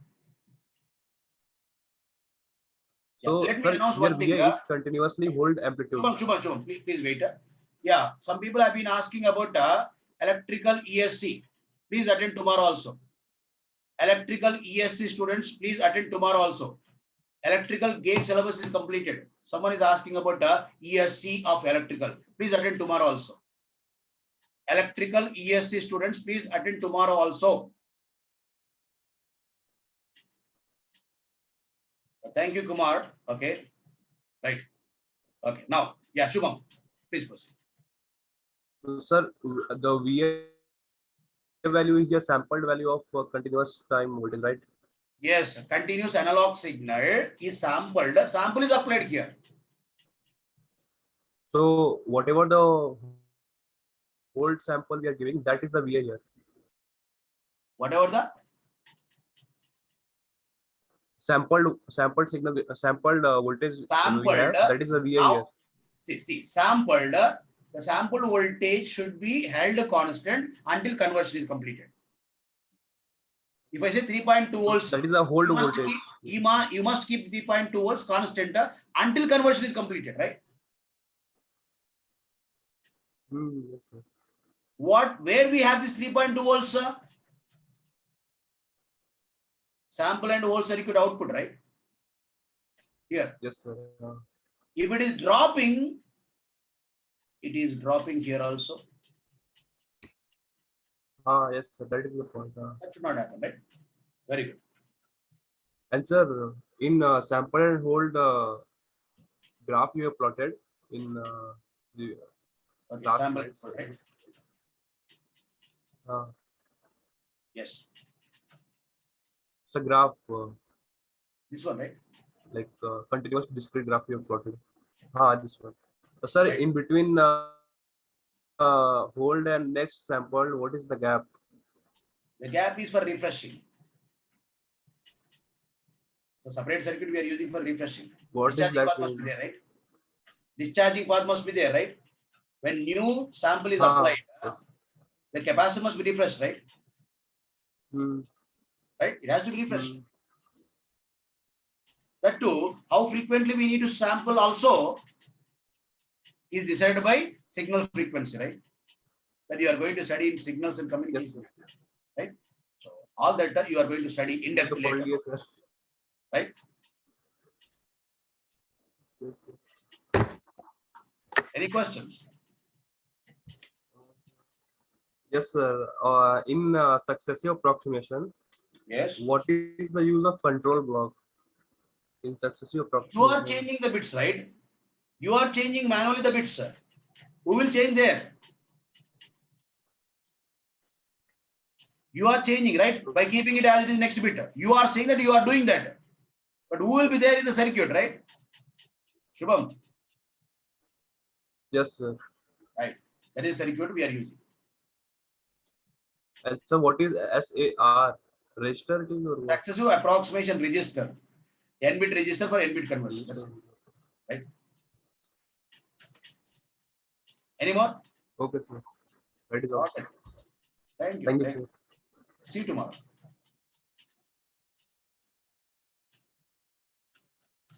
Triveni. Hi, sir. Yes. Yeah. In Yes, sample hold circuit, Yes. Sample and whole circuit.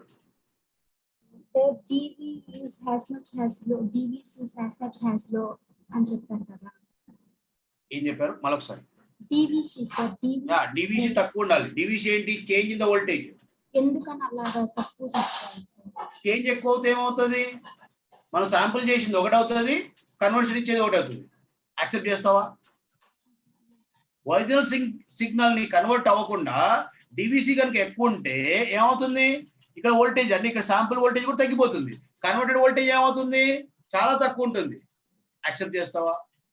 ఒకవేళ నేను sample వచ్చేసి 5.3 volts 5.5 volts చేశాను, కానీ DVC ఒక 2 volts అనుకో ఈ conversion టైంలో, అప్పుడు ఏమవుతుంది? 3.5 వస్తుంది. ఇక్కడ ఏమొస్తుంది? 011 వస్తుంది. మనకు రావాల్సింది ఏంటి? 101 రావాలి, కానీ మనకు వచ్చింది ఏంటి? 011. యాక్సెప్ట్ చేస్తావా?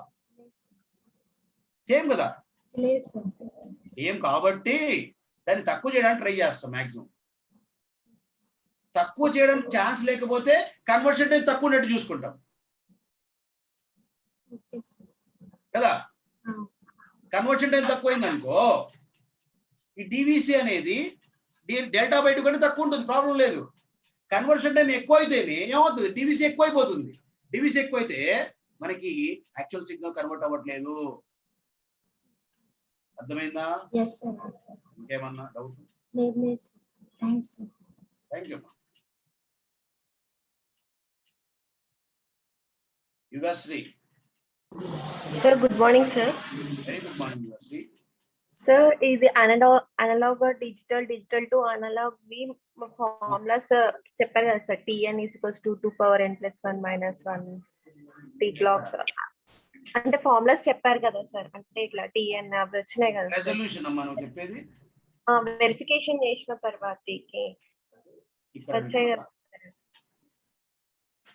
ఇక్కడ బేస్డ్ ఆన్ ఫార్ములాస్ తోనే వస్తాయా సార్ ప్రాబ్లమ్స్? నువ్వు నెంబర్ ఆఫ్ బిట్స్ కూడా అర్థం చేసుకోవాలమ్మా. పెద్దానికి ఇలా 1 వోల్ట్ తీసుకోకండి.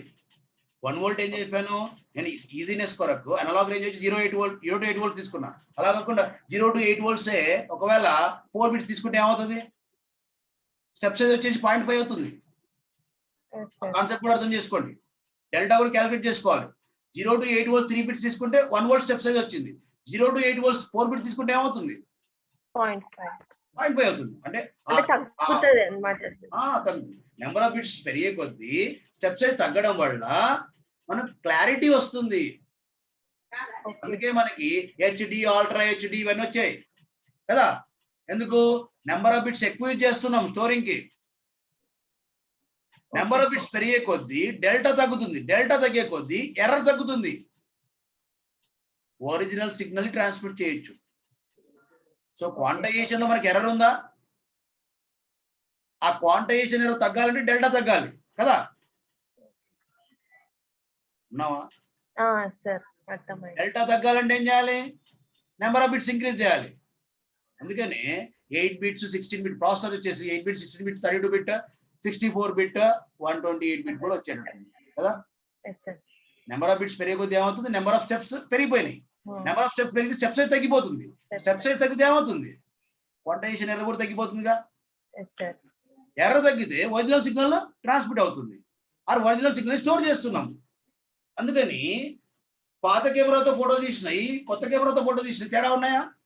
ఉన్నాయి సార్. అదే కదా. ఇప్పుడు ఏంటంటే అడ్వాన్స్ అయిపోయింది. అడ్వాన్స్ అప్పుడు అంటే నెంబర్ ఆఫ్ బిట్స్ ఇంక్రీజ్ అయ్యింది.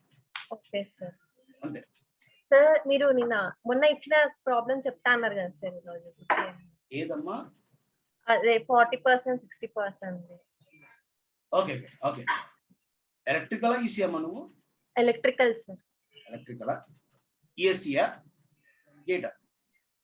సార్ వాళ్ళు స్టార్టింగ్ ఏం చెప్పారంటే జాయినింగ్ అయినప్పుడు గేట్ సిలబస్ తీసుకోండి, మీరు అన్నిటికీ యూస్ఫుల్ అవుతాయి, అన్ని సిలబస్ కి గేట్ లోనే ఉంటాయి అని చెప్పారు సార్. గేట్ కాదమ్మా, ఈఎస్సీలో ఉన్నాయని చెప్తున్నారు. గేట్ తీసుకుంటే అన్నిటికీ ఉపయోగపడతాయి అది అని చెప్పారు సార్. అందుకు మేము గేట్ తీసుకున్నాము. ఓకే సార్ మరి సిలబస్ వేరే ఉంటుందా సార్ మరి దీనికి ఈఎస్సీకి? సేమ్ ఉంటుందమ్మా, కాకపోతే కొద్దిగా మనం ఏదైతే ఎక్కువ చెప్పామో అదంతా ఈఎస్సీ పాయింట్ ఆఫ్ వ్యూ అనమాట. గేట్ అనుకో క్వశ్చన్ ఆన్సర్ అలా చేసుకుంటూ వెళ్ళిపోతాం. అలా కాకుండా కాన్సెప్చువల్ ఎప్పుడు చెప్తాము? ఈఎస్సీకి అవసరం కాబట్టి. అందరూ కంబైన్డ్ ఉన్నారు కాబట్టి ఆ లెవెల్ అనేది ఎప్పుడు కూడా ఎక్కువే ఉంటుంది. ఈఎస్సీకి వచ్చేసరికి కాన్సెప్ట్స్ ఎక్కువ అవుతాయి. రైట్. నెక్స్ట్ లెవెల్లో అనలైజ్ చేస్తాం ప్రతి టాపిక్ ని. అదే గేట్ లెవెల్ అనుకో సిలబస్ చాలు కదా సార్. సేమ్ అమ్మా, సేమ్ సిలబస్ అంతా సేమ్. ఒక్కో కాన్సెప్ట్ ని ఏ లెవెల్లో చదువుతున్నాం అనేది ఈఎస్సీ గేటెడ్ డిఫరెన్స్, కానీ సిలబస్ అంతా సేమ్. Okay sir. సిలబస్ లో ఏం తేడా లేదు. Okay sir. ఆ క్వశ్చన్ ట్రై చేయమ్మా, నేను సొల్యూషన్ ఇస్తాను నీకు, సరేనా? చేశాను సార్. నాకు లాస్ట్ లో ఒకటే ఫ్రీక్వెన్సీ ఒకటే డౌట్ ఉంది సార్, అంతే. ఏంటమ్మా ప్రాబ్లం ఏంటి చెప్పండి సార్. 40% తీసుకున్నప్పుడు 0.60 = 100 + 400 + 100 తీసుకుంటాం కదా సార్. ఇప్పుడు టీ మినిమం వచ్చేసి 1000 వచ్చింది సార్. ఎఫ్ మ్యాక్స్ = 1 GHz వచ్చింది. అంతే కరెక్ట్. 60% తీసుకున్నప్పుడు 0.40 తీసుకున్నాం కదా సార్.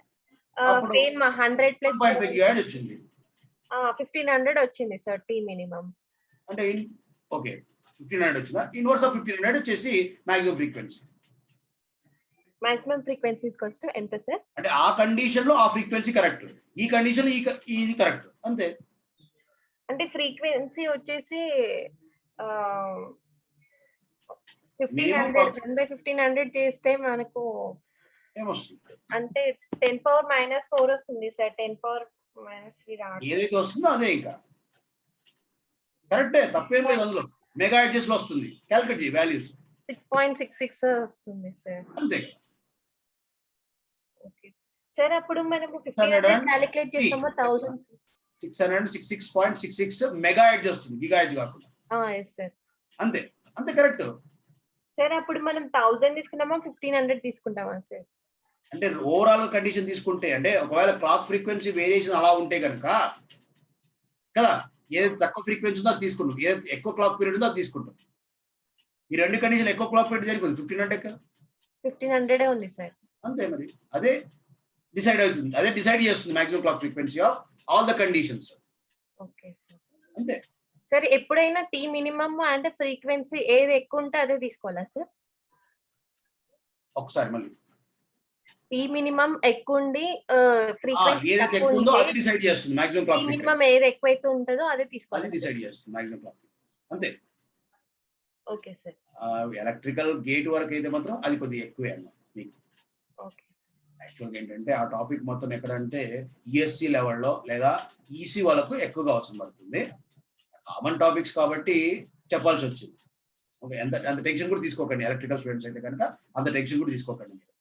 ఓకే సరేనా? సార్. అనలాగ్ డిజిటల్ ఈ ప్రాబ్లమ్స్ చెప్తారా సార్? చెప్తాను రేపు ఒకవేళ వీలుంటే రేపు అటెండ్ అవ్వండి 7 to 10 రేపటి నుంచి చెప్తాను. రైట్, ఎవరి ఇష్టం ఉంటే వాళ్ళు అటెండ్ అవ్వండి. ఇక్కడ కండిషన్స్ లేవు, మీ ఇష్టం. ఇంకో టాపిక్ నేర్చుకోవడం వల్ల తప్పేం లేదు, ఎఫ్ఎస్ఎల్ నేర్చుకోవడం వల్ల తప్పేం లేదు, ఈఎస్సికి పనికి వస్తుంది. మీకేం డిజేబుల్ చేయలే కదా, మీరు అటెండ్ అవ్వండి, ప్రాబ్లం ఏం లేదు. Okay sir. Right, thank you sir. Right.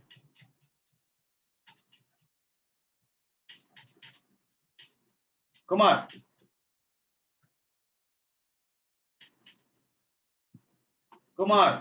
Hello sir. చెప్పు కుమార్. సార్ ఇది ఎస్ఎన్ఎస్ సర్క్యూట్ ఉంది కదా సార్? Sample and hold. నువ్వు అన్ని షార్ట్ కట్స్ వాడతావు ఎందుకు? Sorry sir. Sample and hold అనొచ్చు కదా. నిన్న అలాగే సిఆర్పికి అన్న అదేదో ప్రొనౌన్సియేషన్ డిఫరెంట్ గా ఉంది, నాకేం అర్థం కాలా. షార్ట్ కట్స్ మరి ఎక్కువ వాడు. చెప్పు sir. Sample and hold circuit లో ఫస్ట్ శాంపుల్ అట్ టైం అయిన నెక్స్ట్ టిఎస్ శాంప్లింగ్ టైం తర్వాత నెక్స్ట్ ఒకటి శాంప్లింగ్ అవుతుంది కదా, లైక్. సార్ డౌట్ ఏంటంటే first for example starting interval sample అయింది అనుకోండి సార్. అవును. సో నెక్స్ట్ అప్పుడు శాంపుల్ సర్క్యూట్ ఏం చేస్తుంది? అదే నెక్స్ట్ హోల్డ్ సర్క్యూట్ అనేది before next sampling it will be refresh. Okay sir. Discharging అయిపోతుంది, డిశ్చార్జింగ్ పాత్ పెడతాం మళ్ళీ. కెపాసిటరా? ఓకే. ఎంత అవుతుందో అది మొత్తం డిశ్చార్జ్ అయిపోయాక మళ్ళీ ఫ్రెష్ గా శాంప్లింగ్ చేస్తుంది. Okay sir. ఈ ఇంటర్వెల్ లో దీన్ని రిఫ్రెష్ చేస్తాం. సార్. సార్ ఇప్పుడు శాంప్లింగ్ అయిపోయిన నెక్స్ట్ ఒక టిఎస్ అనే టైం వరకు హోల్డ్ అవుతుంది కదా? హోల్డ్ టైం లో హోల్డ్ ఉంటుంది, హోల్డ్ అవుతుంది కదా. సో ఈ లోపు వేవ్ ఫామ్ అనేది ఇన్పుట్ వేవ్ ఫామ్ అనలాగ్ కాబట్టి it's not fixed sir, it's variable. ఇది వేరీ అవుతుంది కానీ ప్రతి సిగ్నల్ ప్రతి శాంపుల్ ని ప్రతి ఇన్స్టెంట్ దగ్గర మనం కన్వర్ట్ చేయం కదా. అవును, ఒక సర్టెన్ టిఎస్ సిగ్నల్ అర్థం అవుతుంది, ఇది సిగ్నల్ అర్థం అవుతుంది. ఎంత ఫ్రీక్వెంట్ గా మనం శాంపుల్ చేయాలి అనేది frequency of analog signal depend అయి ఉంటుందా? అవును సార్ కదా. FS equals to FM sir. Sir నా డౌట్ ఏంటంటే ఇప్పుడు హోల్డ్ సర్క్యూట్ కి కొంత హోల్డ్ టైం అనేది ఉంటుంది మినిమం. అదే ఆ మినిమం టైం కన్నా నేను తక్కువ టైం తో శాంప్లింగ్ చేయాలనుకుంటే చేయకూడదు, చేస్తే ప్రాబ్లం అవుతుంది కదా. అంటే అలా చేయడానికి అవదా సార్? ఇక్కడి నుంచి ఇక్కడికి ఒక టిఎస్, ఇక్కడ నుంచి స్టార్ట్ చేస్తే ఇక్కడ వరకు ఒక టిఎస్. ఓకే, ఇది శాంప్లింగ్ డ్యూరేషన్ కింద ఇస్తుంది. ఓకే. అలా ఒకవేళ చేస్తే like over and unders like overlap అవుతాయి కదా, ఓవర్లాపింగ్ అండర్లాపింగ్. ఓవర్లాపింగ్ అవుతుంది. Okay sir. So okay sir. Under sampling over sampling అంటారు కదా. ఓకే, అయితే టిఎస్ ఎంత తక్కువ టైం ఉంటే మనకు అంత రెజల్యూషన్ వస్తుంది. అలా అని కాదు, మనకు అంత ఈజీగా అవుతుంది ఇక్కడ. కానీ అలా అవడం వల్ల ఏమవుతుంది, ఒరిజినల్ సిగ్నల్ రాకపోవచ్చు కదా. అది కాదు సార్, టిఎస్ టైం ఇంటర్వల్ లో తగ్గించాం అనుకోండి, తగ్గిస్తే మనకు ఒరిజినాలిటీ పెరుగుతుంది, రెజల్యూషన్ బాగా ఎక్కువ వస్తుంది మనకి. అదే జరుగుతుంది. Okay sir, thank you sir. Thank you sir. Thank you very much. Bhavani. Good morning, sir. Good morning, Bhavani. Sir, in counter type A to D. Okay. Sir, 3.2 volts ఇస్తే లాస్ట్ కి మనకు 100 వస్తుంది కదా సార్, అక్కడ స్టాప్ అవుతుంది కదా సార్. అవును. సో ఇప్పుడు అంటే మనం 3.2 అనలాగ్ ఇస్తే డిజిటల్ అవుట్పుట్ ఏమొచ్చినట్టు సార్ ఇక్కడ? యాక్చువల్ గా అయితే మనం 011 రావాలని ఎక్స్పెక్ట్ చేస్తున్నాం, అంతేనా మీ డౌట్? 3.2 అంటే yes sir, 011 రావాలి. అవును. నేను క్లియర్ గా మెన్షన్ చేశాను, 2-3 టైమ్స్ రిపీట్ చేసి ఏం చెప్పాను, counter type A to D మాత్రమే క్వాంటైజేషన్ లోయర్ లెవెల్ చేయకుండా నెక్స్ట్ లెవెల్ చేస్తుందని చెప్పాను. అవునా? ఒకవేళ నీకు 011 కావాలంటే ఎంత, ఒకటే స్టెప్ కదా, 100 దగ్గర స్టెబిలైజ్ అయిపోయింది, సపరేట్ 1 చేయి, ప్రాబ్లం లేదు. Okay sir. సార్ ఇంకోటి as bits increases step size తగ్గిపోతుంది అన్నారు. అవును. ఎలా సార్ ఒకసారి నాకు అయ్యో,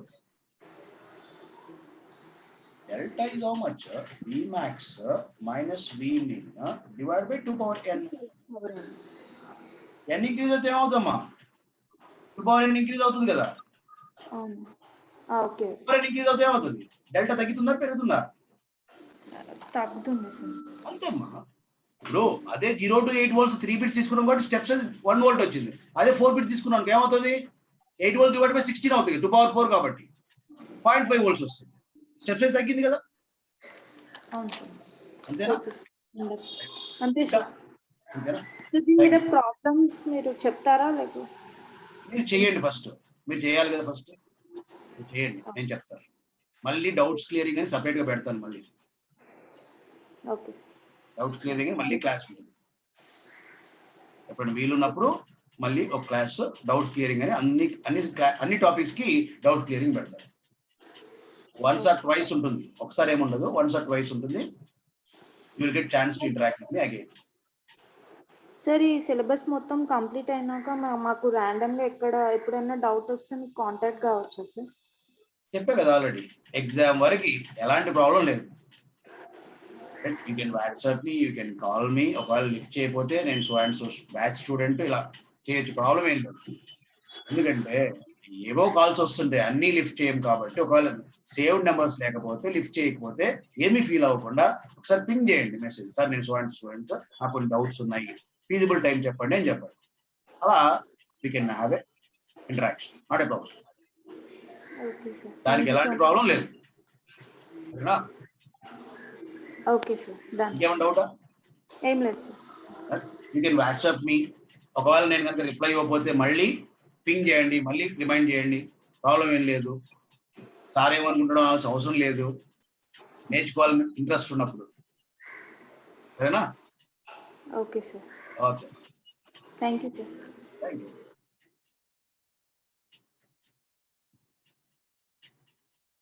Manisha.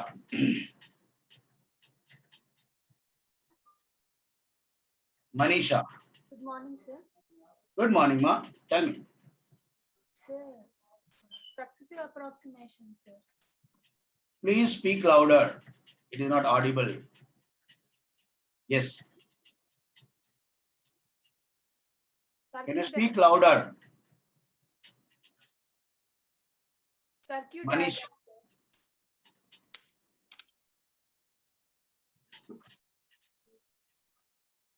Am I audible? Your voice is not audible, please.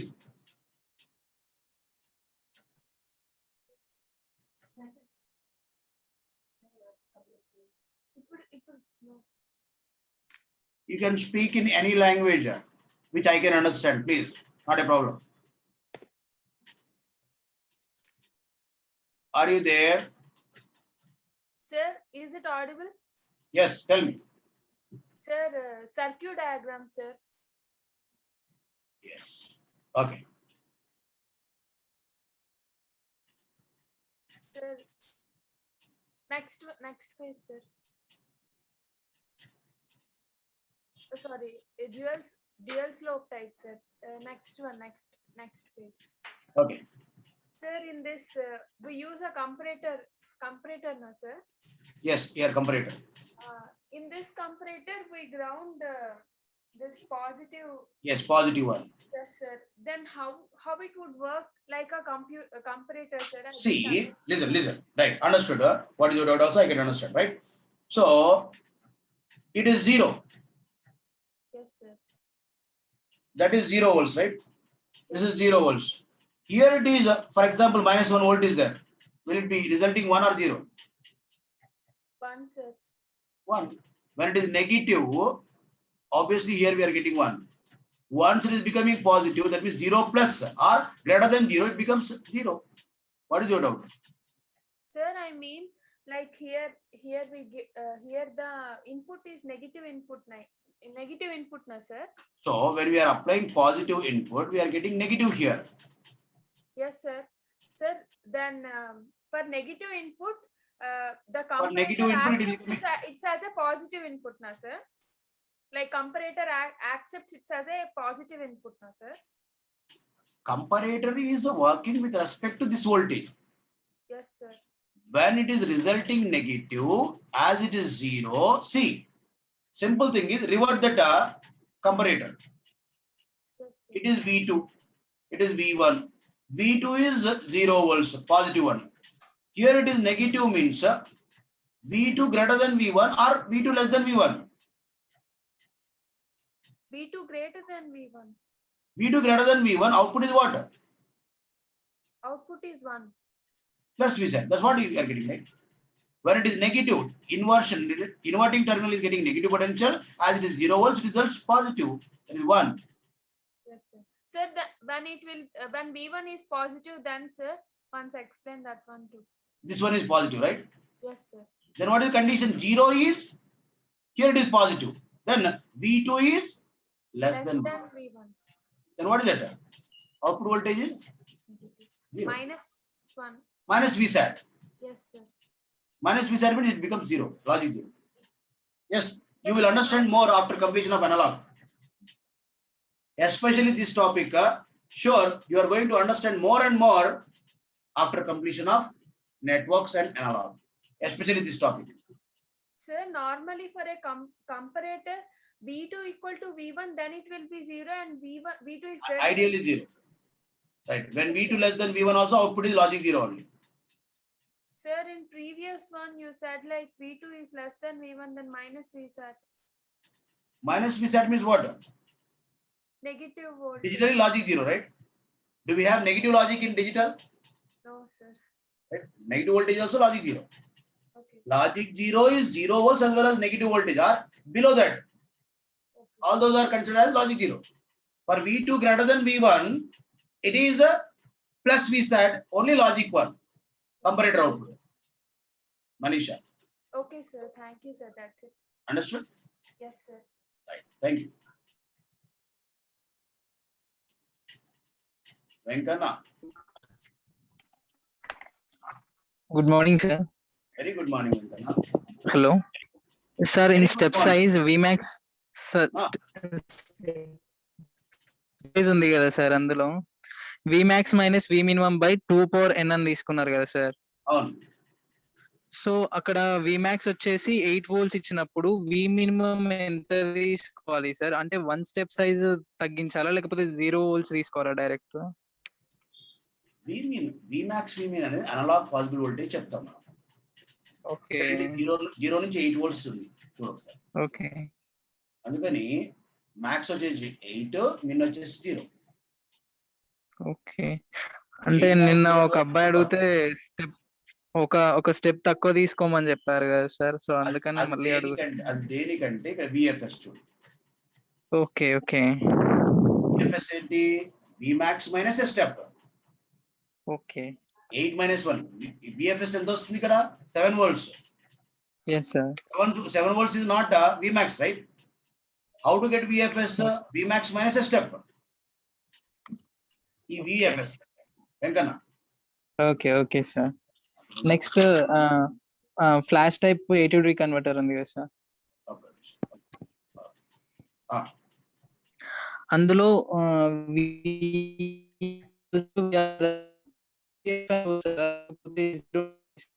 Venkanna clarity లేదు, ఏం చెప్తున్నావు? డిస్టర్బెన్స్ వచ్చింది.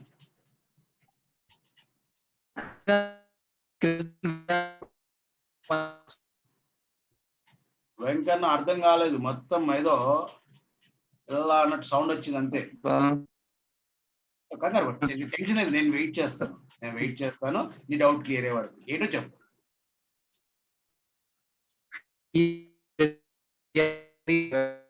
If possible, can you message, please?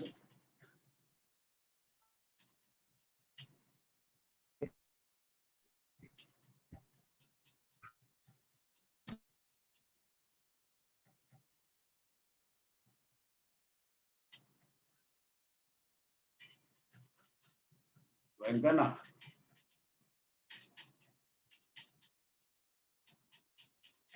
Yes, Kumar.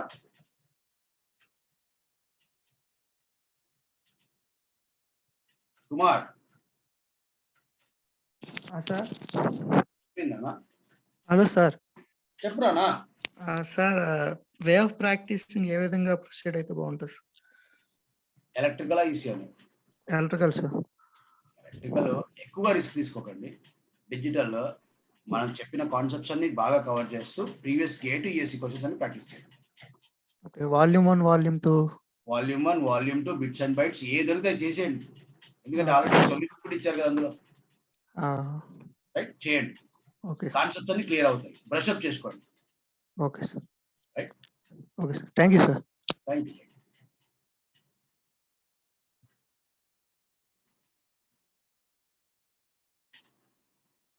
Venkanna,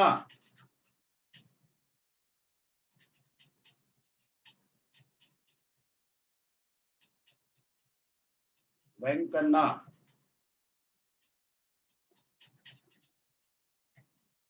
ఉన్నావా? మిస్టర్ వెంకన్న, వెంకన్న చెప్పు నాన్న, నీ డౌట్ ఏంటి? సార్ A2D కన్వర్టర్స్ లో VA Ah. Equals to VR అని తీసుకున్నప్పుడు 1 అని తీసుకుంటాం కదా sir. VA equals to VR అయినప్పుడు, అంటే VA is greater than VR అయినప్పుడు 1 అని తీసుకుంటాం కదా సార్. అవును. Next VA less then VR అయినప్పుడు 0 అని తీసుకుంటాం కదా సార్. అవును. Then VA equals to VR అయినప్పుడు ప్రీవియస్ వాల్యూ తీసుకుంటామా లేకపోతే 0నే తీసుకుంటామా సార్? 0 తీసుకుంటాం. ఐడియల్ గా వచ్చేసరికి ఐడియల్ కంపారిటర్ కనుక 0 తీసుకుంటాం. ఓకే, అదే సార్ డౌట్. అంతేనా? అంతే sir. Thank you. Thank you. Thank you. Praneeth. Sir, good morning, sir. Good morning Praneeth. Sir, yesterday while you were calculating TQ1 for mod 6 counter, you have drawn clock cycles, no, sir, for TQ1 001100. 001100 again 001100. Only mod 6 counter, sir. Yeah, mod 6 only on Q1, right? You are asking. Yes, sir. 001100. 001100. Yes, sir. Sir, Whatever. can you once explain that clock cycle, sir? Cycle duration you are asking? Yes, sir. Yes, sir.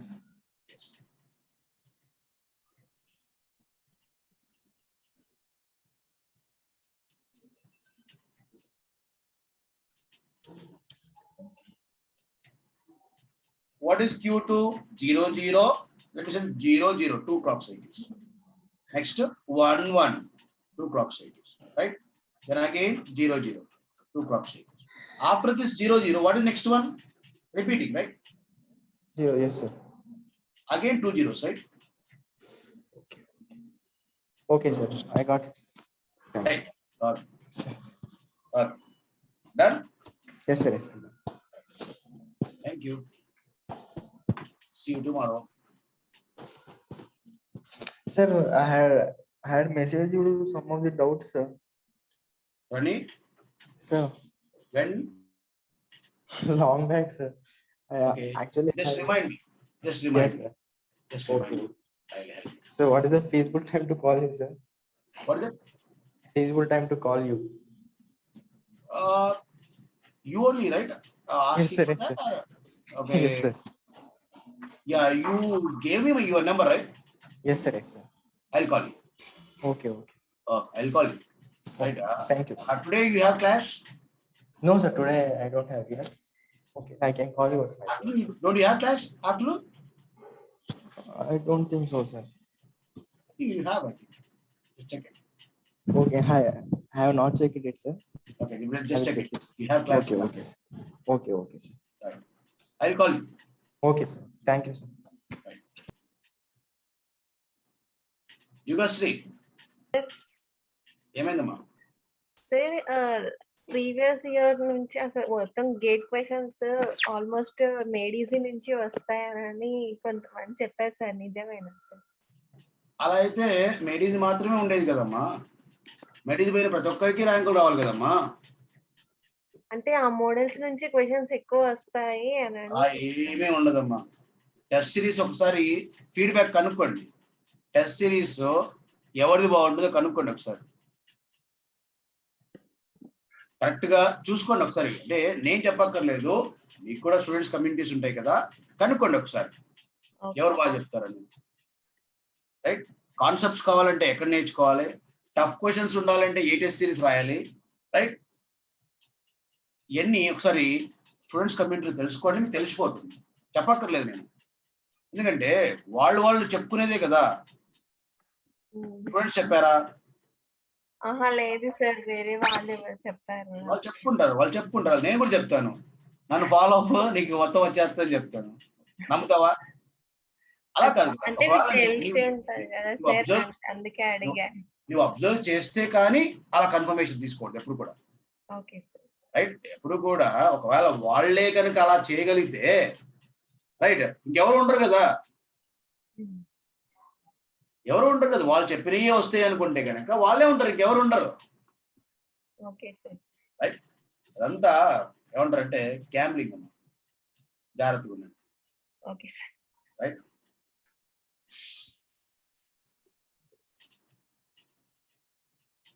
Okay. All the best for electrical gate students, sir. Remaining students, see you tomorrow.